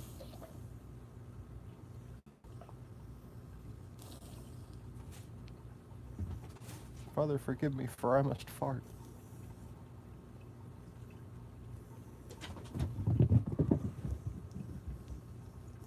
It has been 14 hours since my last bagel.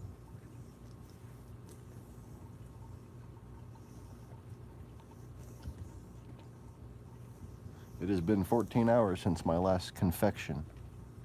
But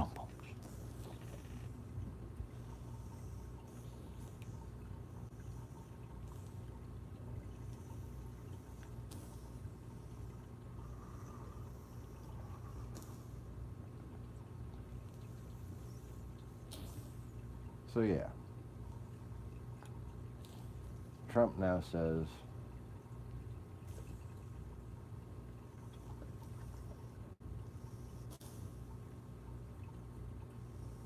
I'll do a deal on this DACA.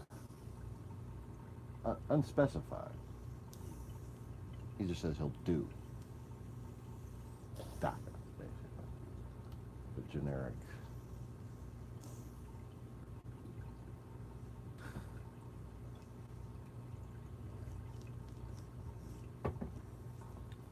Was it Dreamers and something Act?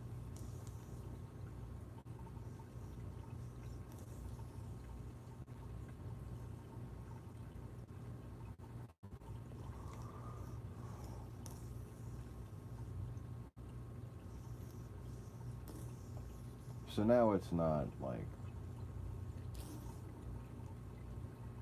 about opening up the government. It's about whether or not we're gonna treat people as lesser people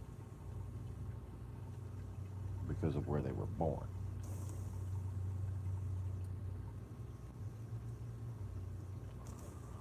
People that are here, people that are, most of them working and paying taxes.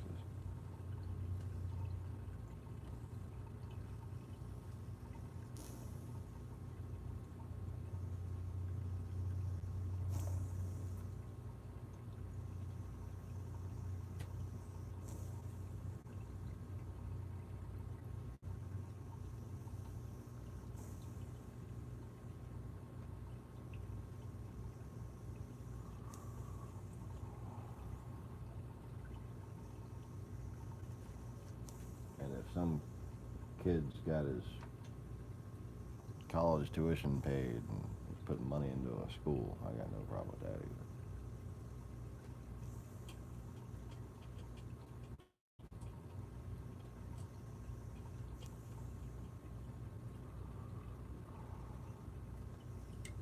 I don't know if you realize this, but not only is there there's no free college for immigrants, if anybody's told you that. The colleges actually charge you more when you're not from the local area. The tuition rate is typically twice as much as millage. No. The tuition rate is typically twice as much. Last I checked. And that was many times over a very long period, and it never fucking changed, so I don't see why it would have changed by now. You get charged more just for being out of state.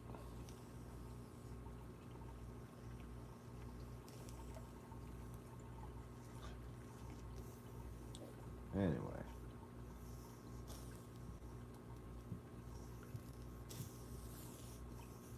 So now it's not just a wall or else the military doesn't get paid. You know, this is all an attempt to fucking obstruct justice and to weaken America. Those are the two real objectives here. There's been a lot of Trump shutdowns, if you haven't noticed. Most of them for no fucking reason. And this one is just made up. You can tell that it's made up by how hyperbolic he's being. This is supposed to sound good, but it's not well thought out. And as far as an actual negotiation, it's preposterous.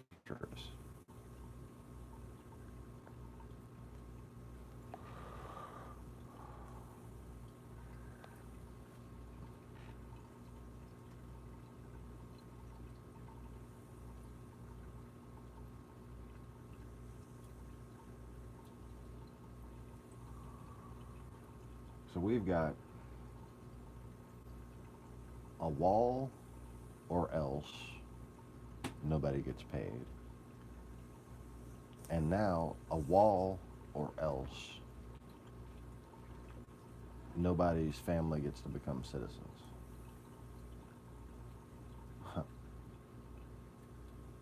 Because that's what most of these dreamers are. They're people who have a citizen that's usually a family member that has brought them into this country.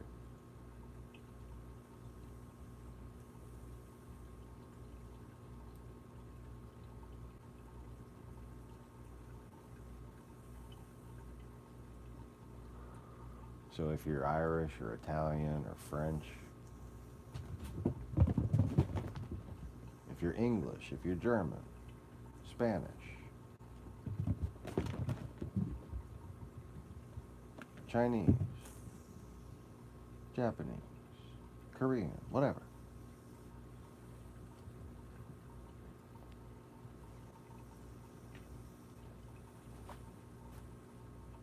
Imagine your grandmother. She's from the old country or whatever. She came here when she was a little girl. She remembers her best friend when she was a little girl. Her cousin.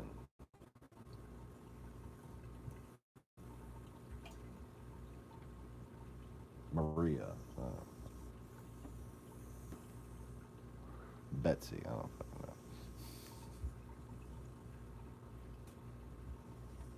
know. Her cousin Betsy found y'all and sent y'all a postcard right before she died, and says she has 2 beautiful sons, 3 beautiful daughters, and they all have children of their own, and here are my grandchildren's names.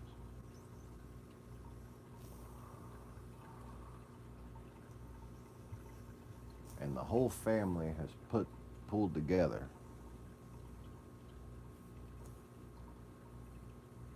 Everybody chipped in a little bit.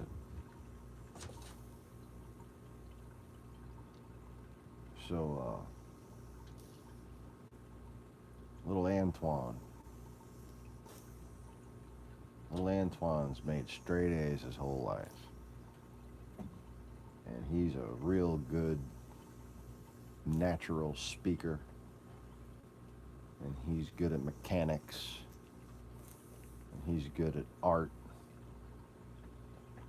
And the whole family's chipped together to send him to America.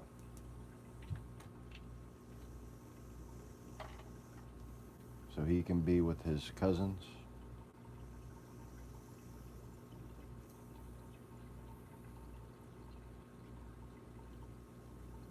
And maybe one day more of them can come. If he makes enough money, makes a prosperous life.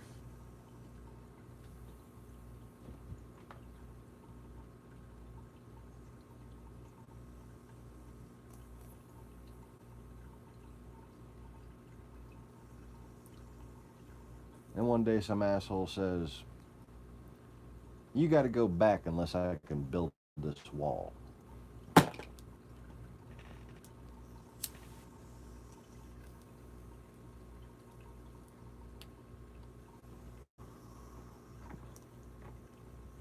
Are you fucking kidding me?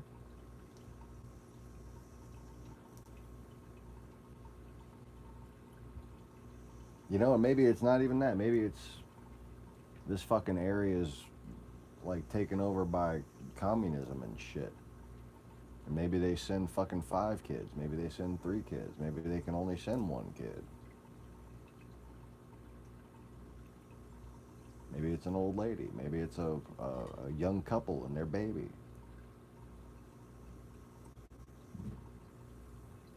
But that's how it happens more often than not. The family over there and the family over here get together and try to get someone to a better place.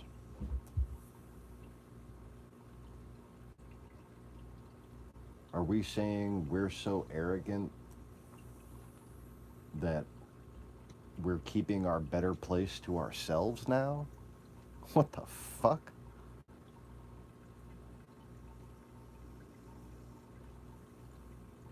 Yes, God gave it to us so that we should not share? Is that an argument that's actually, like, seriously?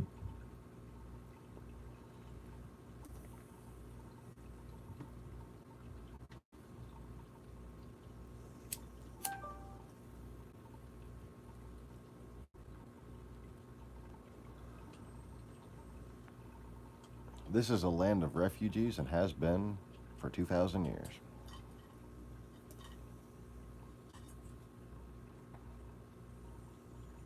It was never acknowledged as a claimed land by any tribe under Noah.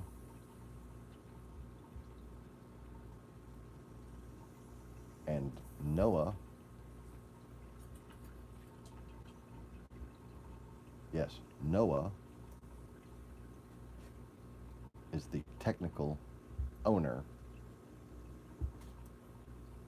of all the land that was allotted, which is why he had to approve it whenever a king of old claimed land. I'd like to move here. Can I move here? Noah would tell you whether or not you could.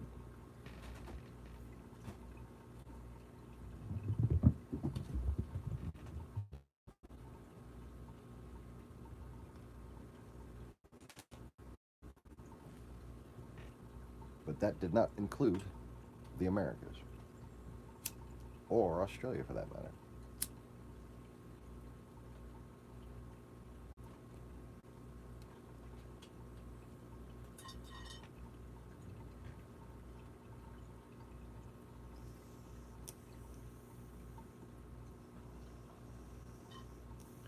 But there's a complete disparity in the way Australia and America were settled.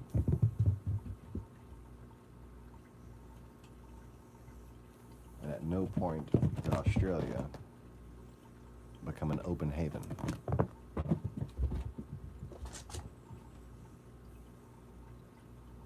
And the reason why is how most of the people got there.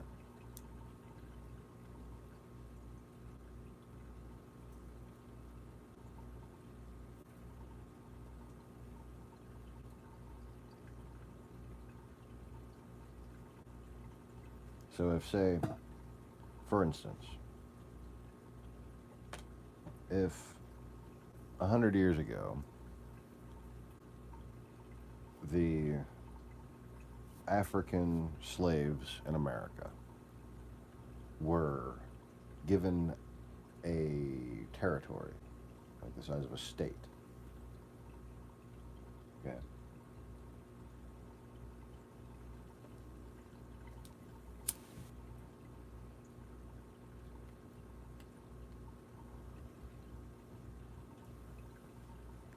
it's actually been done, so we have precedent for this. I'm not even just making this shit up.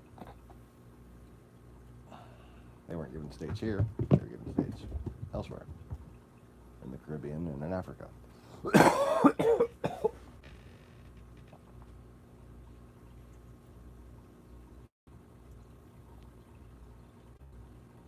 "36 times in the Torah to welcome strangers and refugees in your land." Very good, Conway. That was Max for a second.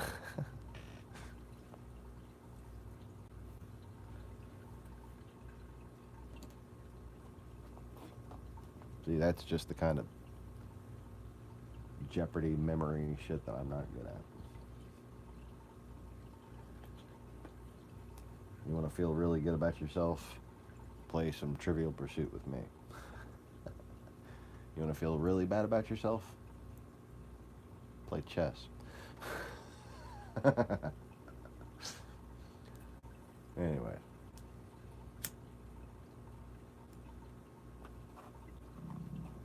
You want to feel even worse?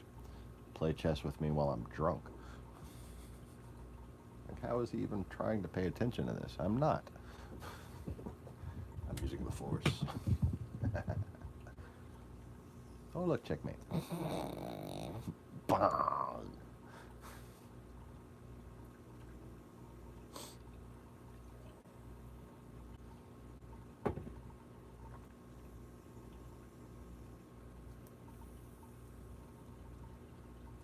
But usually when I'm drunk, I just try to get somebody into a never-ending check scenario. And check. And check. And check. Alright. Fuck was I talking?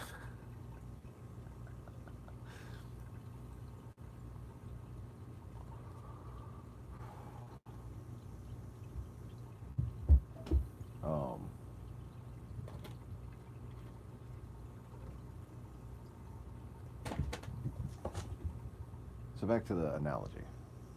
Alright. You got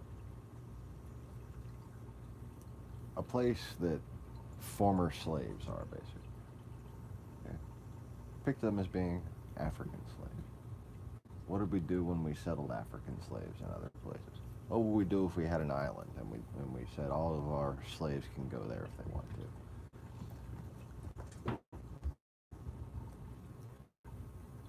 The need, or would anybody feel the need to tell them to welcome people from all other lands? Seriously.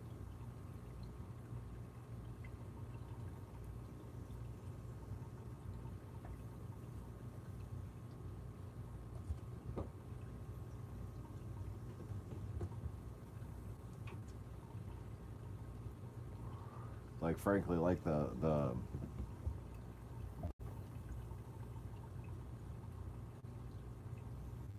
Isle of Ireland. I have such a problem thinking of it as two countries. How difficult it is for me to, like, it's like I have to relearn it every time I think of it. Oh, it hurts my brain.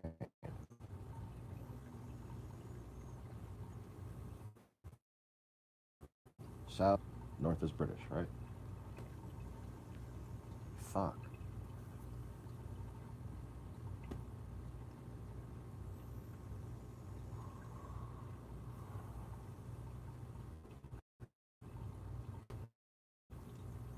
Because of its historical status.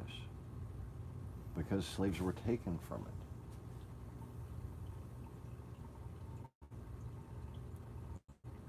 You should not expect Ireland to have an open immigration policy. People don't have the right to have a cultural place like any other race.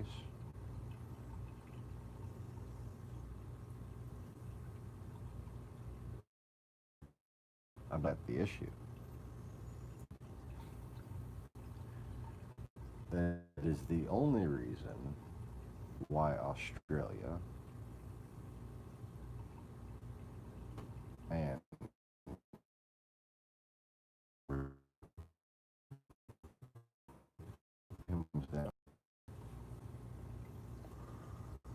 it's this idea of white guilt for a fake history called colonialism.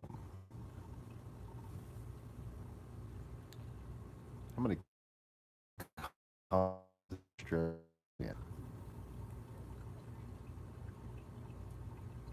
How many colonies did any modern European government have?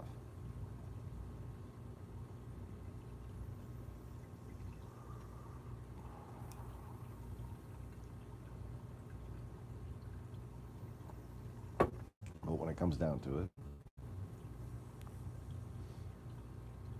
there's no Asian country where it's demanded of them that they accept white people and black people. There's no African country where it's demanded of them that they accept white people and Asian people. It is only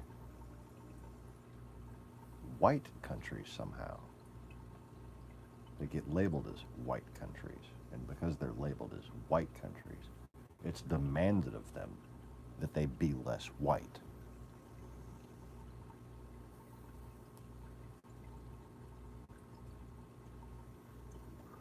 Well, they're not white to begin with. They're Irish, that's a culture. They're Australian, that's a culture. It's got a history. There's a reason why those people got there. And they didn't want to fucking be there to begin with. In the case of Ireland, it was a matter of people who ruled all and want to be pushed into a little corner of it. When it comes to Australia, that's where they shipped everyone.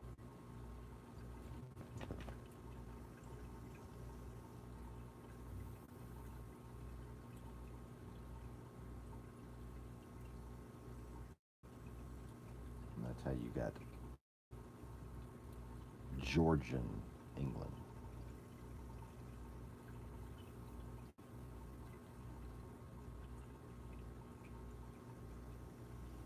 Cultural cleansing.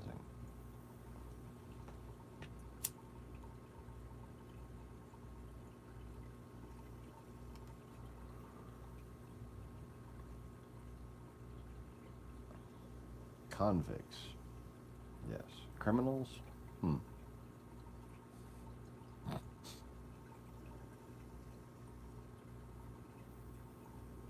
Guilty of not recognizing a puppet king.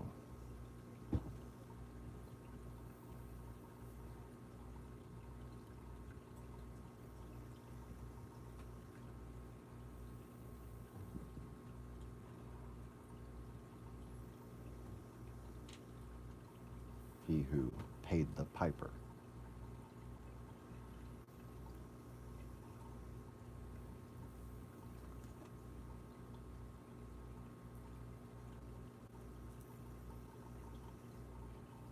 But the only way to get a good propaganda campaign going back then, the only way to get a bunch of zombies to accept the rule of a puppet, was to target them in their youth.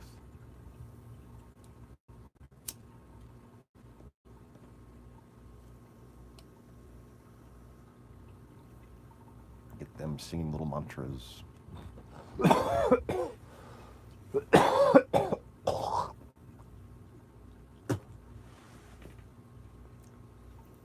Songs of greatness, songs of glory.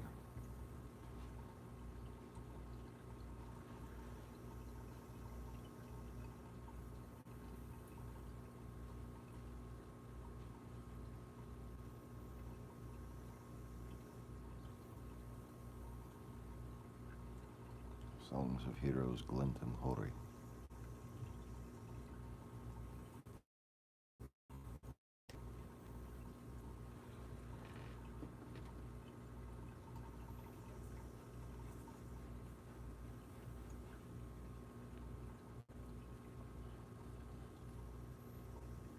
I'm a lumberjack and I'm okay. No, wait, that's not one of the songs.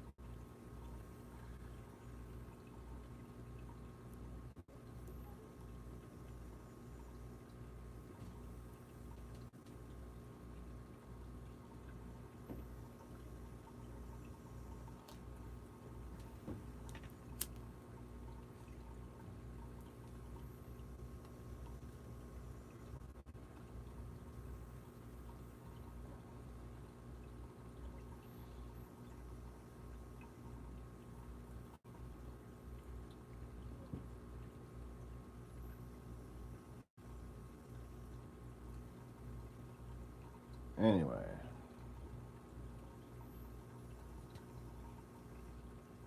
So since I just made Emily laugh, I'm going to talk business for a second. I don't know what I did to annoy you, okay? But like, don't be snooty with the Serbian. Like you should know better.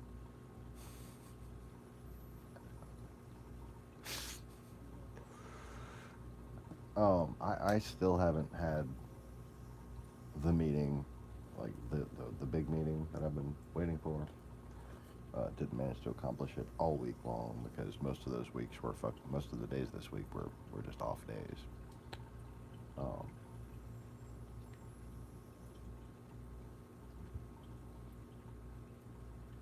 So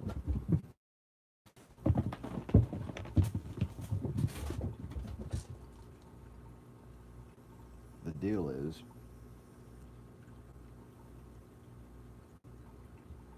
there's multiple subsidiaries of a conglomerate.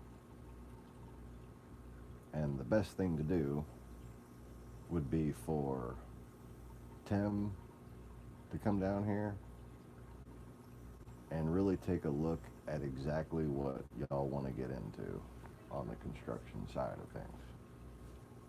Because depending on that would facilitate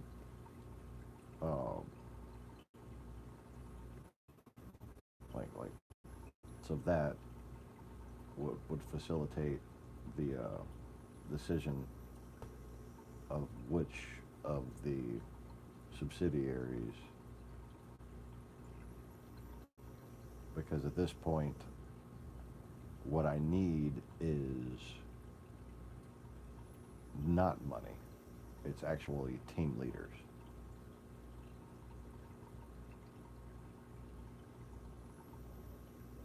So if you want to get invested as a team leader, the base of operations is going to be here in Zachary. And depending on what it is y'all want to do where you are, we can do the prototyping out here. And Tim can bring a crew to get trained on it. And then y'all can either sell the developed land or whatever. Establish an office down here. I don't know.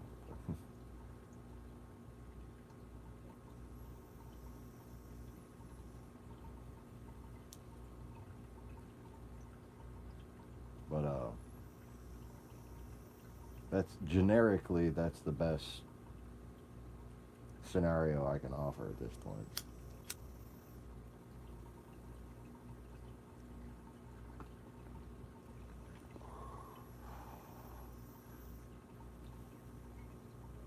And essentially the parent company would, I guess, take a stake in whatever y'all wind up developing out here.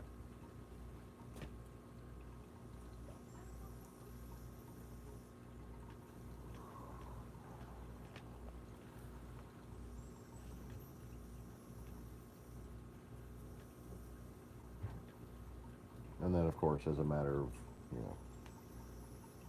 typical good business practices, all good non-competes and NDAs apply.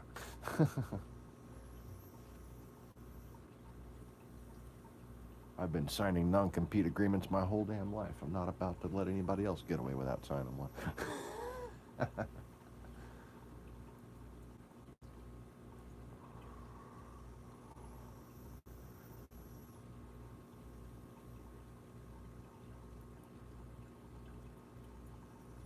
But yeah, like,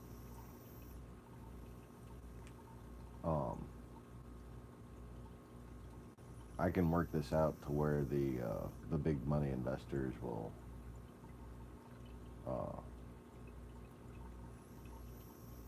sort of just be making an infusion.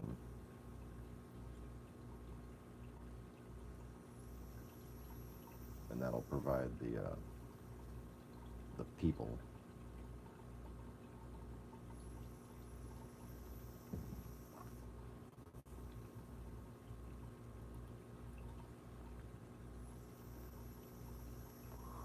And then if Tim wants to bring a crew out here and then offer whatever product or products, product or products, y'all decide to carry, or if you want to actually incorporate into one of the subsidiaries. There's a couple of different arrangements we can make, I'm sure.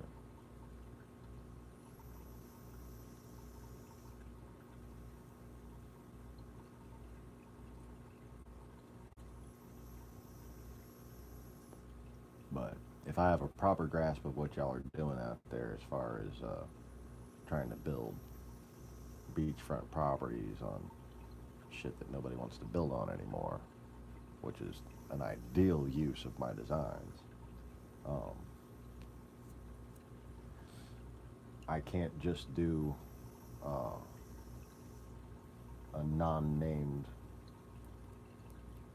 usage rights at this point, because I want to brand.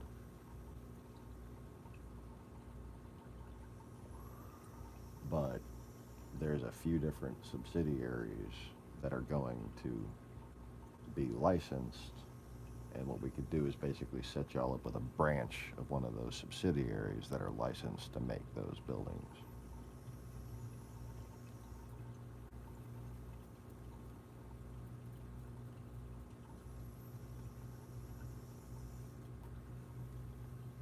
And then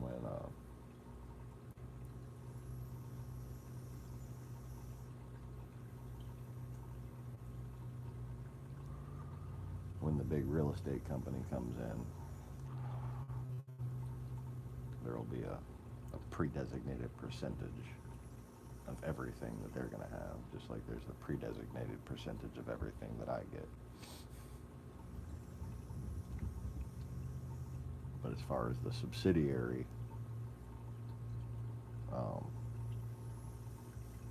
we can set up some sort of jurisdictionary franchise, like I've been planning on doing from the get-go.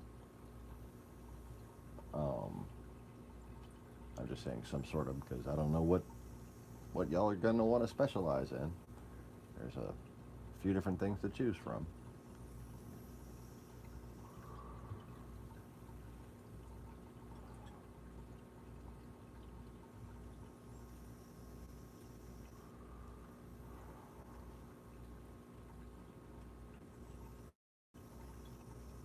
I need more coffee. I'm running out of steam for that one fucking setup. And there's just not enough in there. There's like just a step left. It's depressing. I need to turn that pot back on, shit.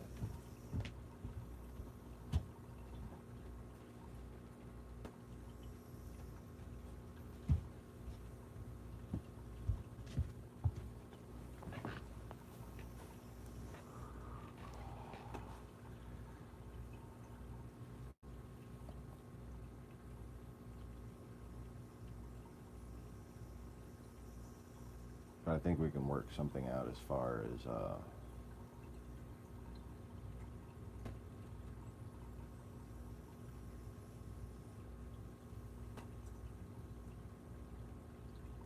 developing anything around here under one of my subsidiaries would be a benefit to my company overall, so.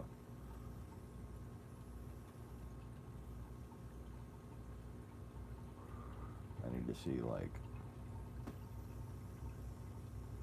you know, I need to familiarize myself more with what Tim does and what his crew does.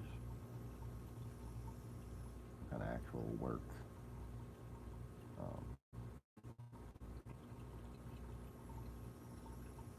Because you know, the aesthetics kind of take care of themselves. It's all about the fucking heavy beam work and shit.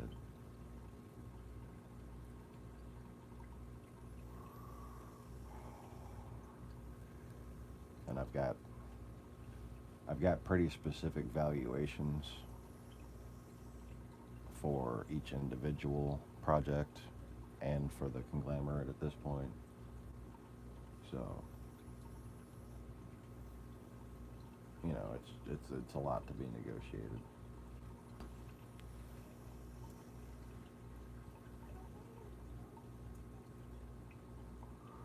Like, just as a for instance, y'all buy over there. There's an entire neighborhood that got flooded. I think there's 8 different properties over there for sale, listed online right now. $12,000 and $14,000 a piece. Used to be valued at $150,000 a piece, $140,000 a piece. You know, 143, 148, those kind of ranges.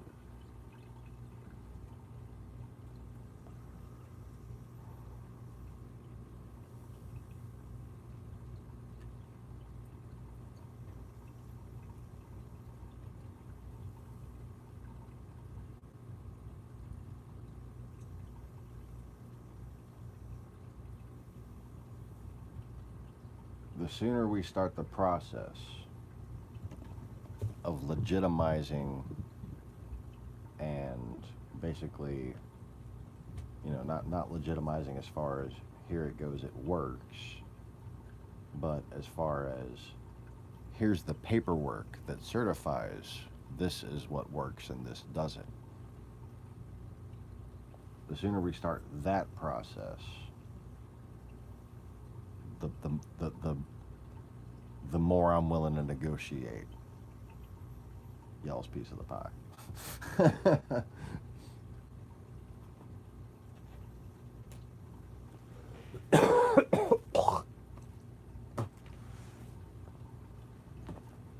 But, you know, if y'all want to be the north of Florida, Atlantic American side sort of region, you know.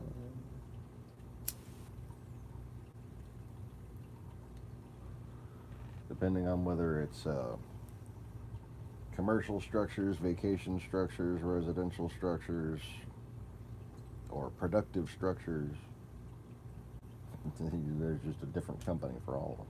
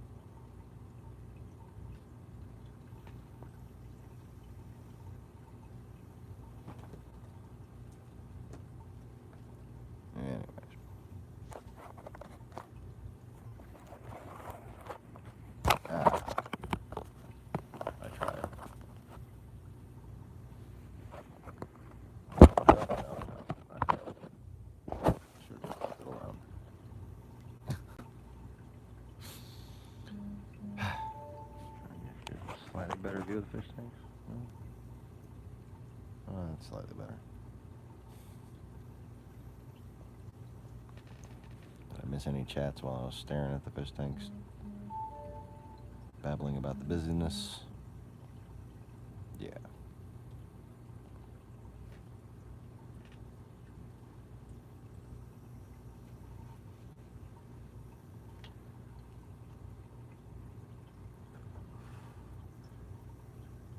So, yeah, there is a little bit of a redundancy into what I would do with those particular pieces of land.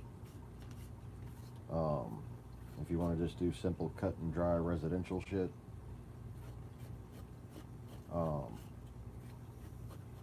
And again, I have a crew ready to fucking do it. Like the whole thing. They're drooling at the chance to actually build these fucking things. Which is, you know, that says a lot about how much thought I've put into making the design easy to build and still just damn good looking and sturdy. The fucking people that are going to build it are actually looking forward to the work. They know that they're not going to get paid as much as they usually get paid. Oh, they already know that. And they can't wait.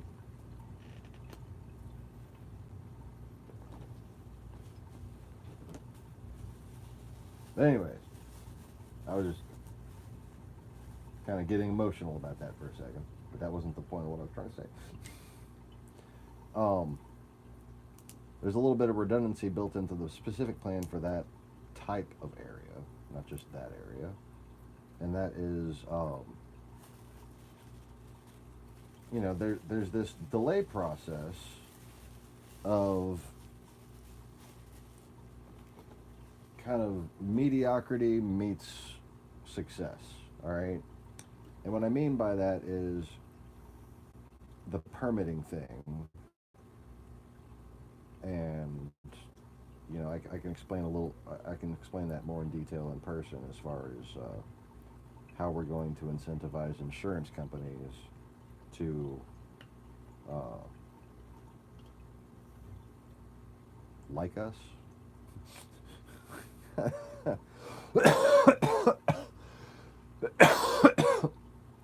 As opposed to hating us for making them irrelevant,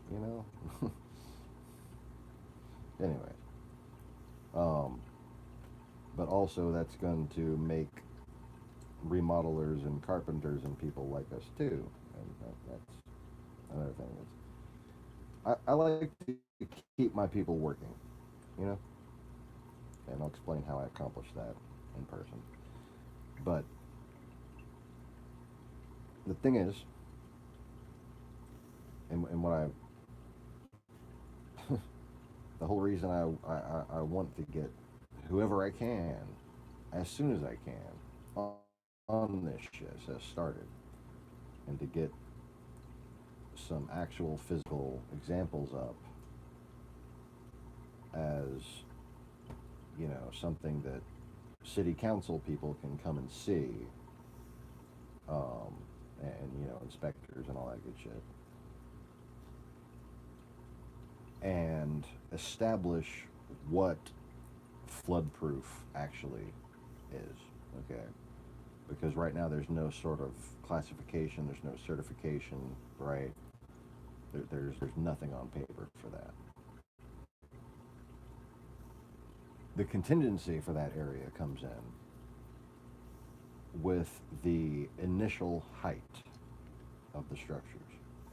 So there's already a way to build value back into some flooded land, and that's to build it up. Well, nobody wants to build up, or better said, nobody wants to let you build up. So nobody wants to build up. Because when you build up, it causes drainage problems for other people. Okay? So this design takes care of that while elevating the house, and it doesn't have that reduced quality of being up on wooden poles,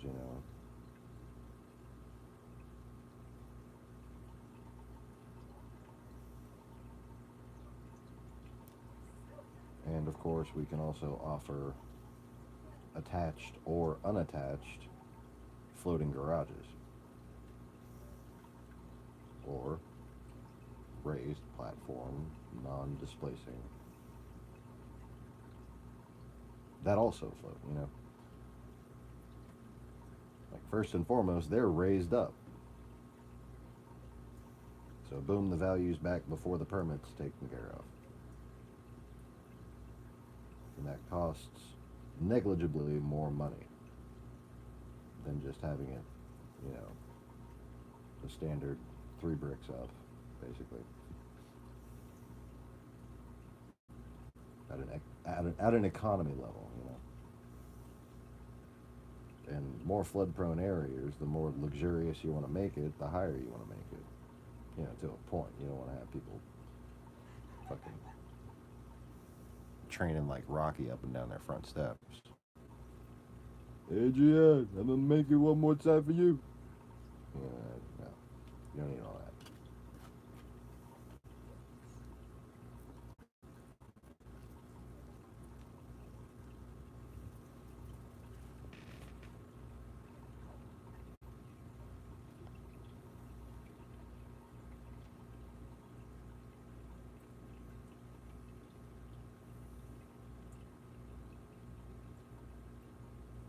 Right. I've got a way to kind of surround it in gardens if you want, while still having sort of I mean, you're going to be a net benefit. That's every single design is to be a net benefit in every way, and the easiest way I can make anybody be a net benefit is by having a reduced land footprint instead of an increased land footprint. So we're going to be digging away a hole of land. So your land's going to hold more water.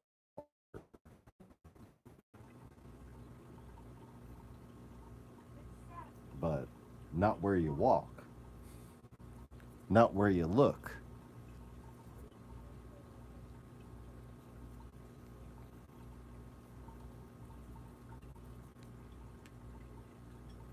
All right, so I had to reconnect again.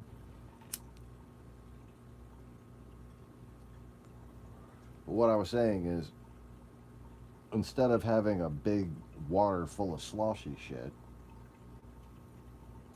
the external, the perimeter of the yard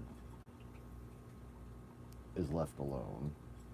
The walking areas and the garden areas are basement pond.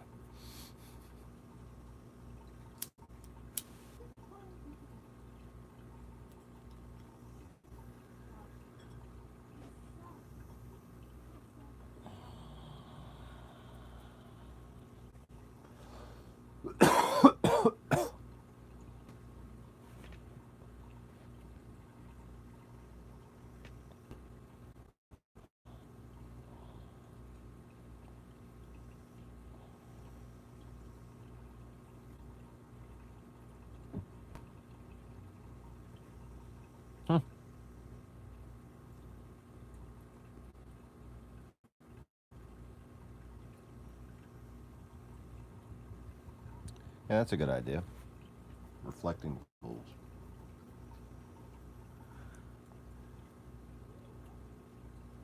Of course, Mr. Old Gaelic Empire himself was going to say that.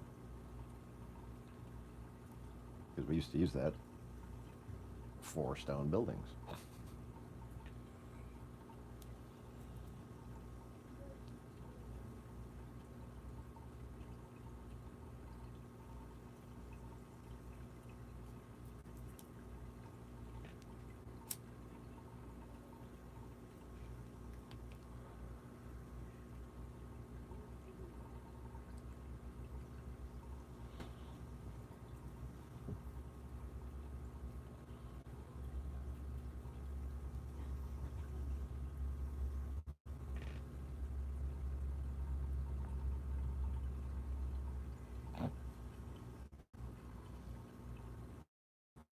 Petey just saw. I just went like that. Did you see that? Just Petey saw me pointing at him, and then like went away from Smurfette.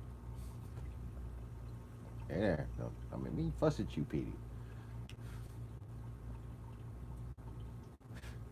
And she's still trying to annoy him, and he's ignoring her still. He knows I'm watching.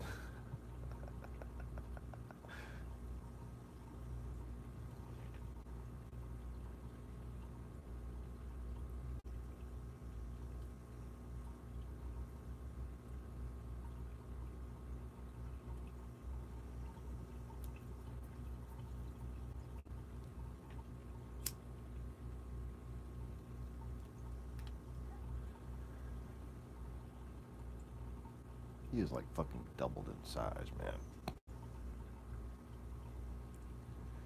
Anyway.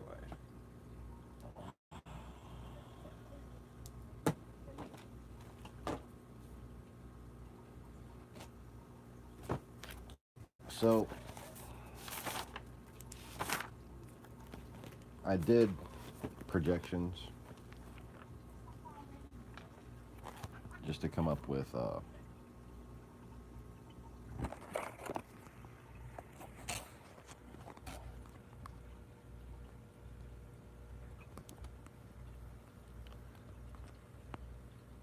some generic numbers for the conglomerate. Okay, so each one of these numbers is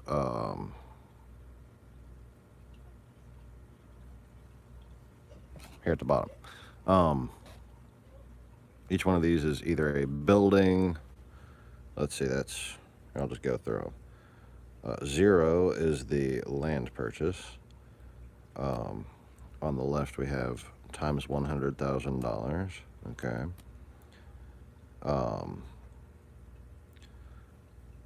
Number 1 is Easy Reefers. Number 2 is Mi Casa. Number 3 is Construction Manufacturing Facility. Number 4 is Construction Casa. Number 5 is a recycling composites center. Basically, we get recycled shit and we turn it into building. Number 6 is a road. Very small road, but a road nonetheless. Number 7 is an office building. Number 8 is auto shop. And it is yellow highlighter, so you can barely fucking see it there, but it's I think 78 grand total, and including the building, which would easily sell for 150. Number 9 is a coffee shop. And number 10 is parking for 18-wheelers. And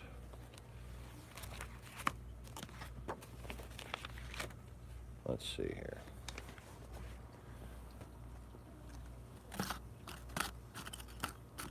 Give me 1 second. I'm gonna set up my little model.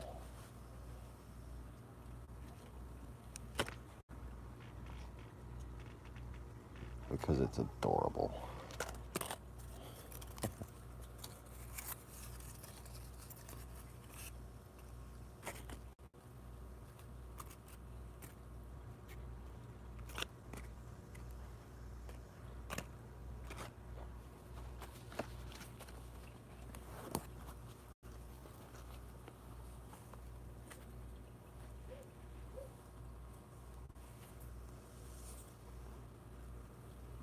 All right, just bear with me. Hold on. I'm gonna be fancy. Oh yeah, because you know how fancy we are around here with our extravagant budget and highly skilled team of craftsmen.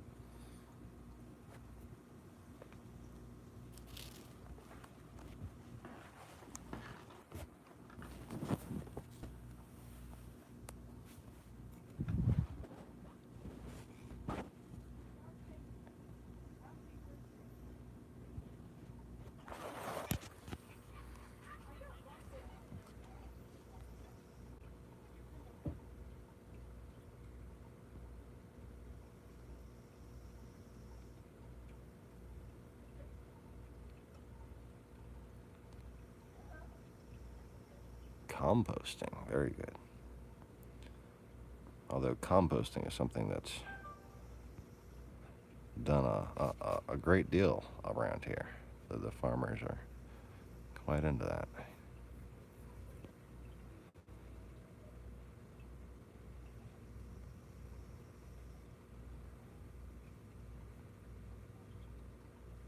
I'm reading the comments. Hold on, I'm gonna pan around in a second.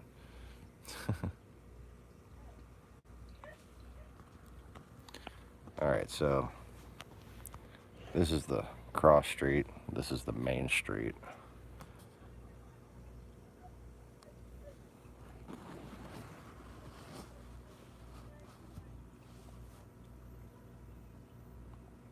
That's the recycling center. I don't have a building for it yet. There's the street that goes back around there.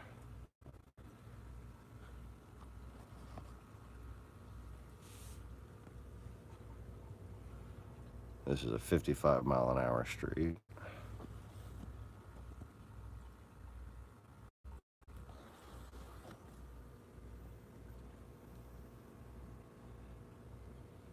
And there is a very high-end, classy-looking auto body shop with very high, nice-looking fences around everything. They seem like very good neighbors.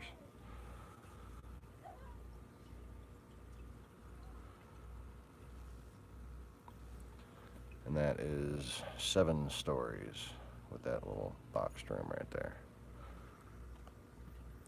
These, however, are going to be a little bit higher profile than they're sitting. And that's sort of the basic shape, as you know. 2 residences, coffee shop.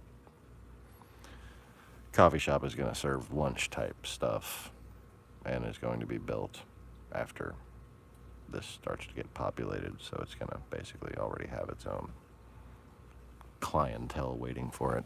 Ow! Okay. I can't squat like that.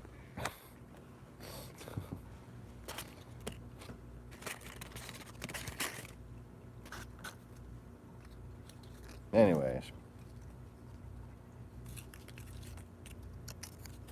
Index cards.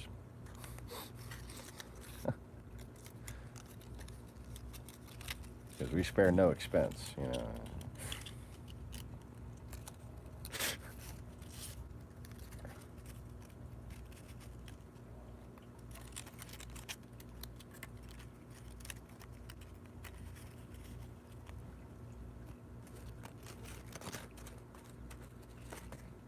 That's some funny shit, man. Come on.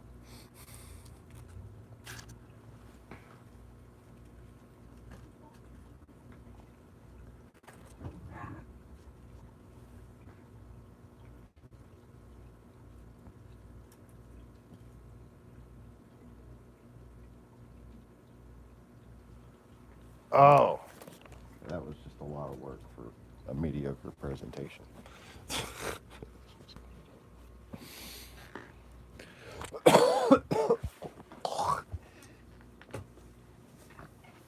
I don't even know if, have you even seen that, Emily? I don't know if I showed you that when I was tired and shit. I don't fucking know. I even said this. I said something.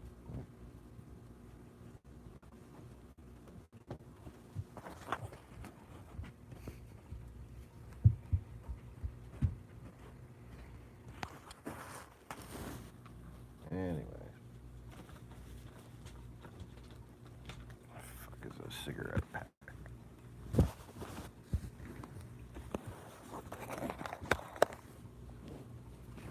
Misha. Don't come in here and just claw the shit out of the couch again.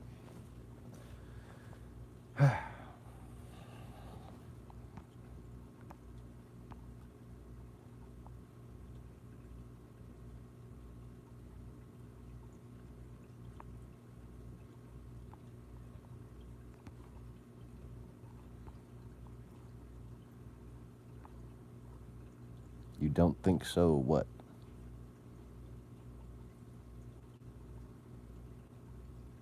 Tree surgeons? What? Do you have a design for composting toilets? Composting? No. Direct fertilization? Yes.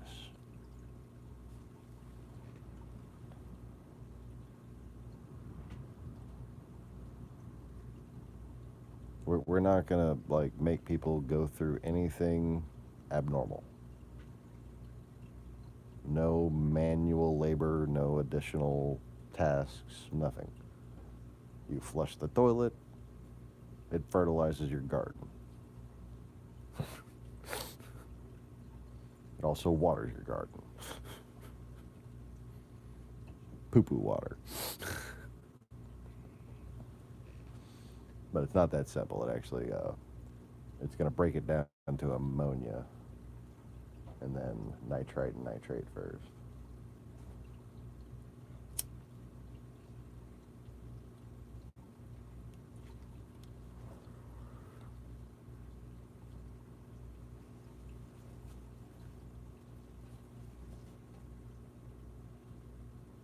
As far as I've seen, all the composting toilets are, well, more than I'm comfortable with.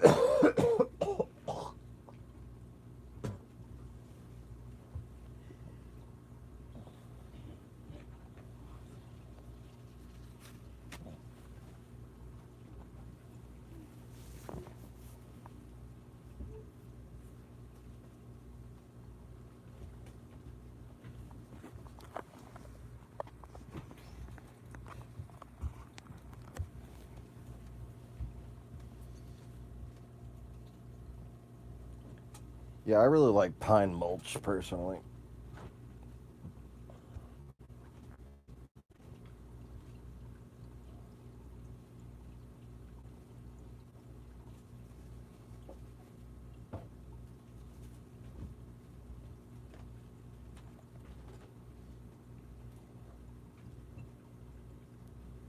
I was planning on doing a lot of my own milling on some of these pieces of land around here.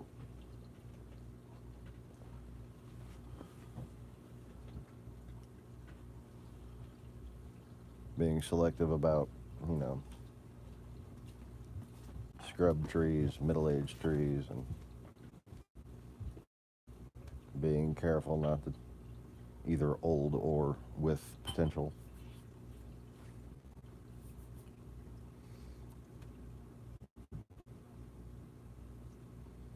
But there's a lot of just overgrown land around here that you could, oh, make a lot of good mulch from.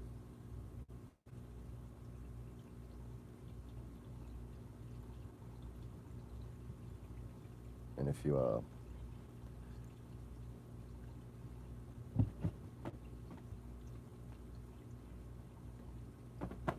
treat mulch with maybe like some lemongrass seed oil or something like that, probably work really well around here.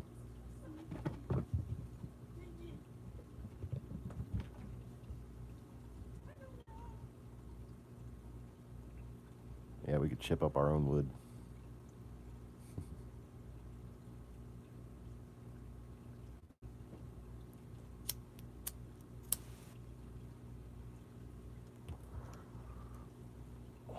Dehydrate it, compress it.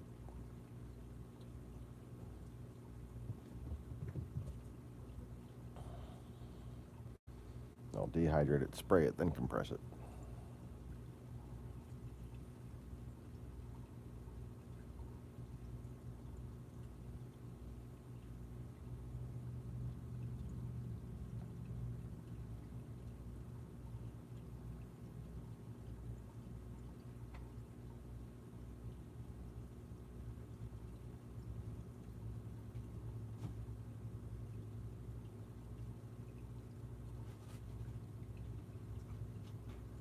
Expect to see a lot of weird pneumatic shit once I get a workshop.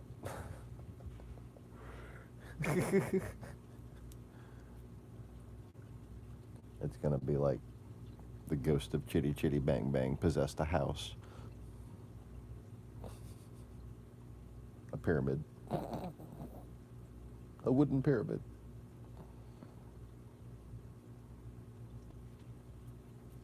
Of course, there's actually only, on this property, there's only going to be one pyramid. The rest of them are going to be similarly shaped, but have just normal sidewalls and everything.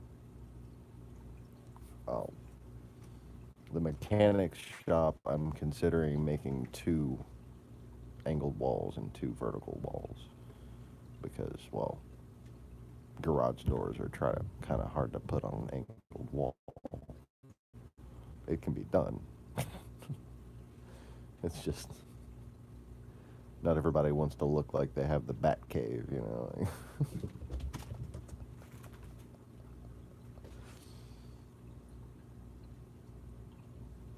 Well, in this case, like like your superhero name would be Tim the Toolman Taylor or something.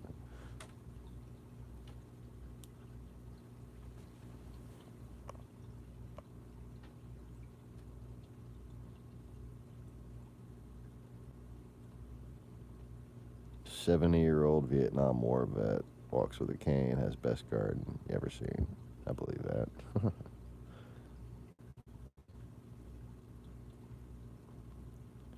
Wood chip compost.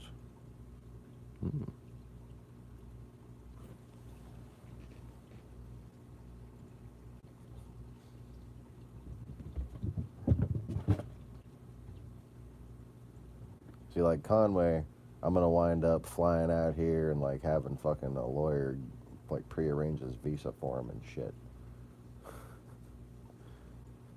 Just to have him come fucking write the operating manual.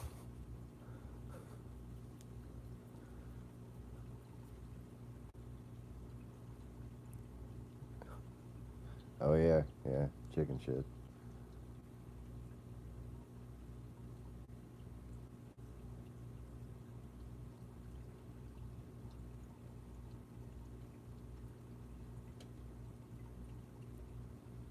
See, like,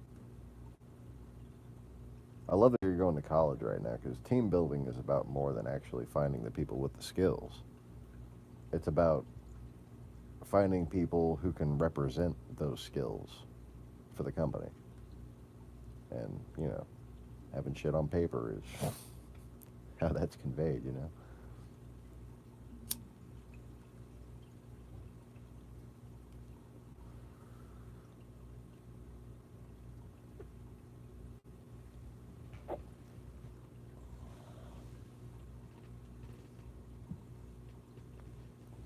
All I'm saying is that if I'm going to write a big old thing about ecology, I don't want to sign it Sean Morris, fake TV personality.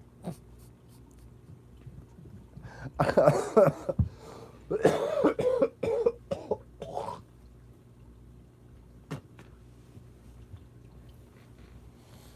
want to have it signed Sean Conway, ecologist.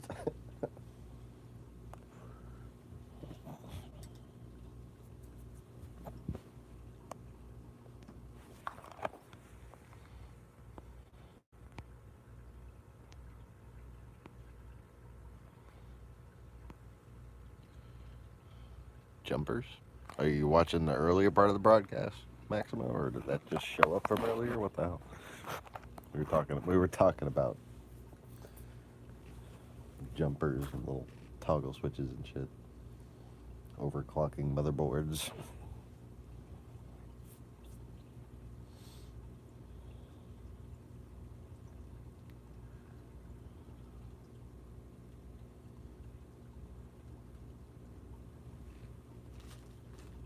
I'd really like to know if there's any Dutch companies that, as far as software goes,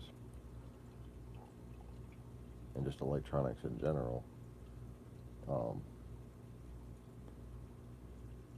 that seem to be acting as though they're aware of the fuckery, but not participating in it.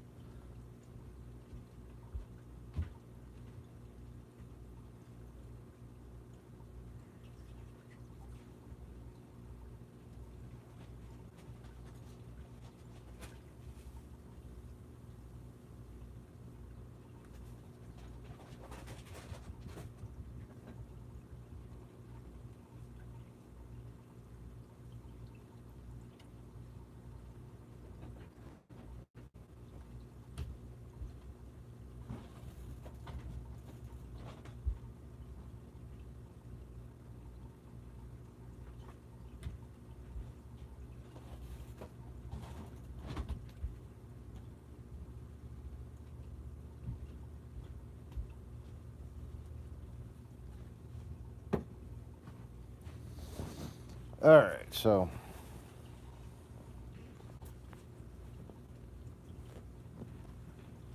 yeah, I'd really like to talk to Tim about the contracting side of things more.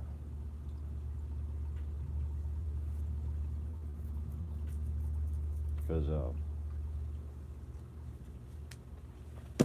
anyway, these projections here represent one. Where'd it go? Where'd you go?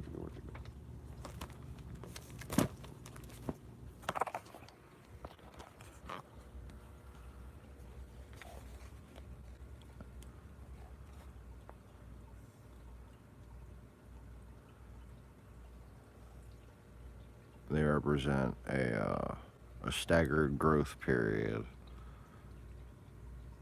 as each of these things are paid for and then begin to contribute financially, and then something else is paid for, and then more money's made, and something else is paid for, and so on. Rolling line of credit 101.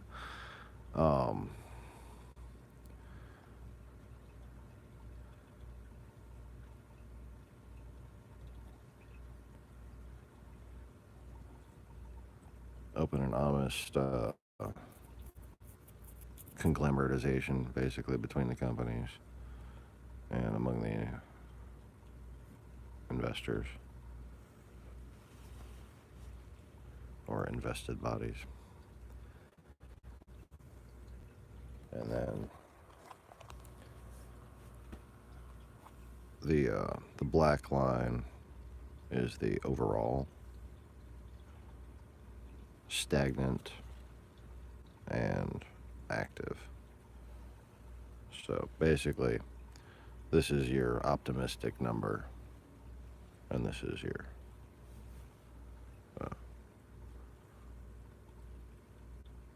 more of the resultant of a silent investor. All eventually pans out pretty much the same, but you get started a whole lot quicker with an active investor. So, now,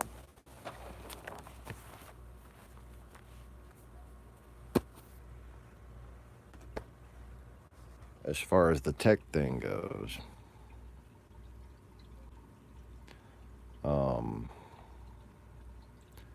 the numbers are a little bit different.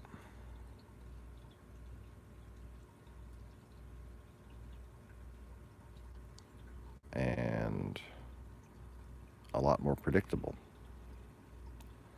Because grant funding, that's why.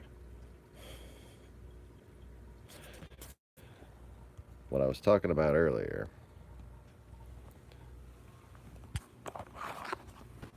about tech.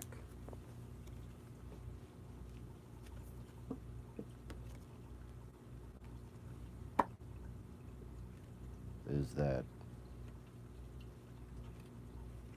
I have a transformer phone.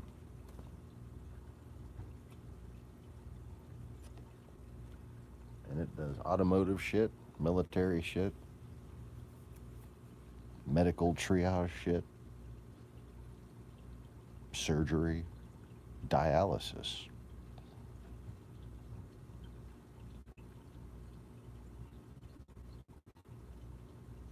Sonography,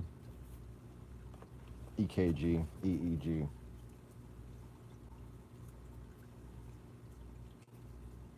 Defib. Cauterization. Dual tool sterilization drawers. So you can use one while you sterilize the other. Tool sets. Yeah, surgical tool sets. Are we still talking about a phone?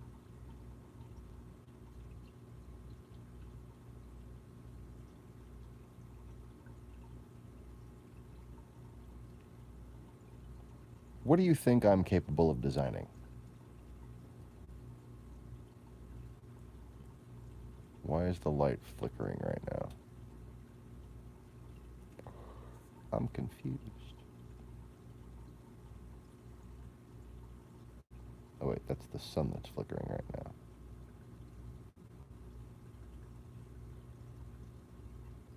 Is it the candle? No, it's the sun. The sun and the candle. Are y'all having an argument?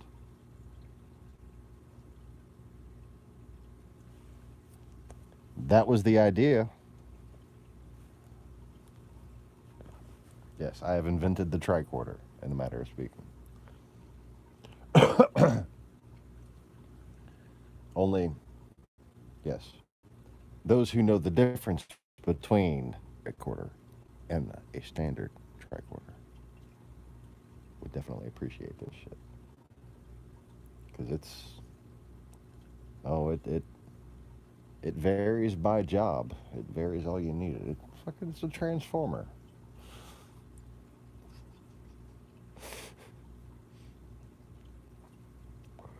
And the market it opens up. Oh.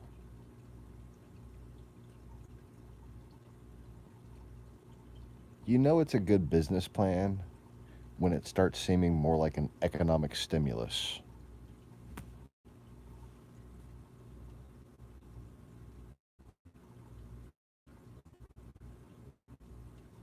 It would be as though everybody figured out how to finally do things properly and said, oh, well, let's all do this then. And suddenly materials consumption went, and profits go. And then other people see it and they say, oh, we're going to build that shit too. All this shit we've been building was a mistake. Wait, you mean our customer service calls can go how easy?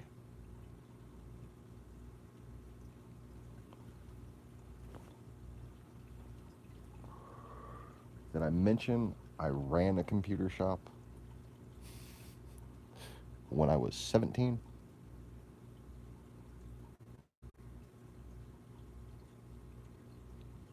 And an LSD alcoholic head type person.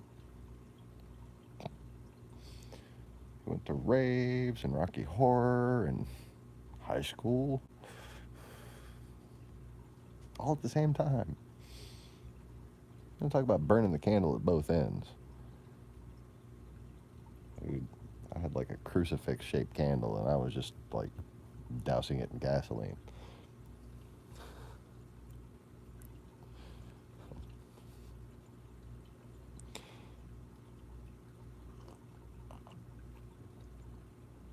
I didn't burn the candle at both ends. I nuked the wax factory, okay?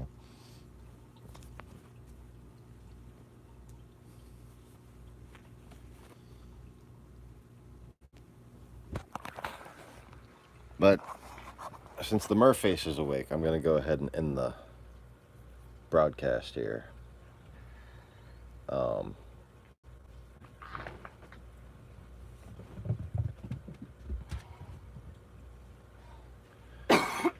Yeah, I can't wait to get started on it. Like I said, it's not even going to infringe on any American company's territory. It's actually going to help them. And it's going to move jobs here. I mean, I'm sure people are still going to want normal cell phones.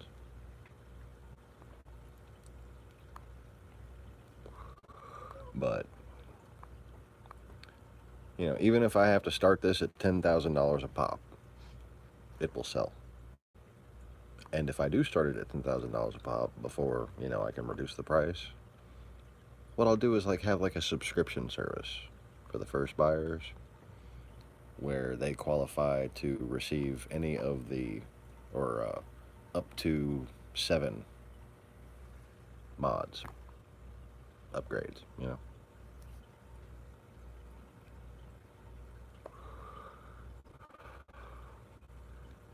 That would probably, you know, because you don't want to pay 10 grand for something that's never supposed to go out of date, and then people have nicer shit than you. That would be unacceptable. So, guarantee them the rights to for helping pay for the prototype process. I'm like the J. Edgar Hoover of no wait, the Herbert Hoover no wait, the Huey P. no, the Roosevelts of tech CEOs. Is it a new deal or a failed deal, fair deal or a square deal? I'm not sure, but that's the end of this fucking broadcast. So, thanks for watching, everybody. Click the like button if you haven't already, and thanks for chizatting with me. And keep praying for this business to happen. Keep praying for the whole thing to happen, because it's gonna happen.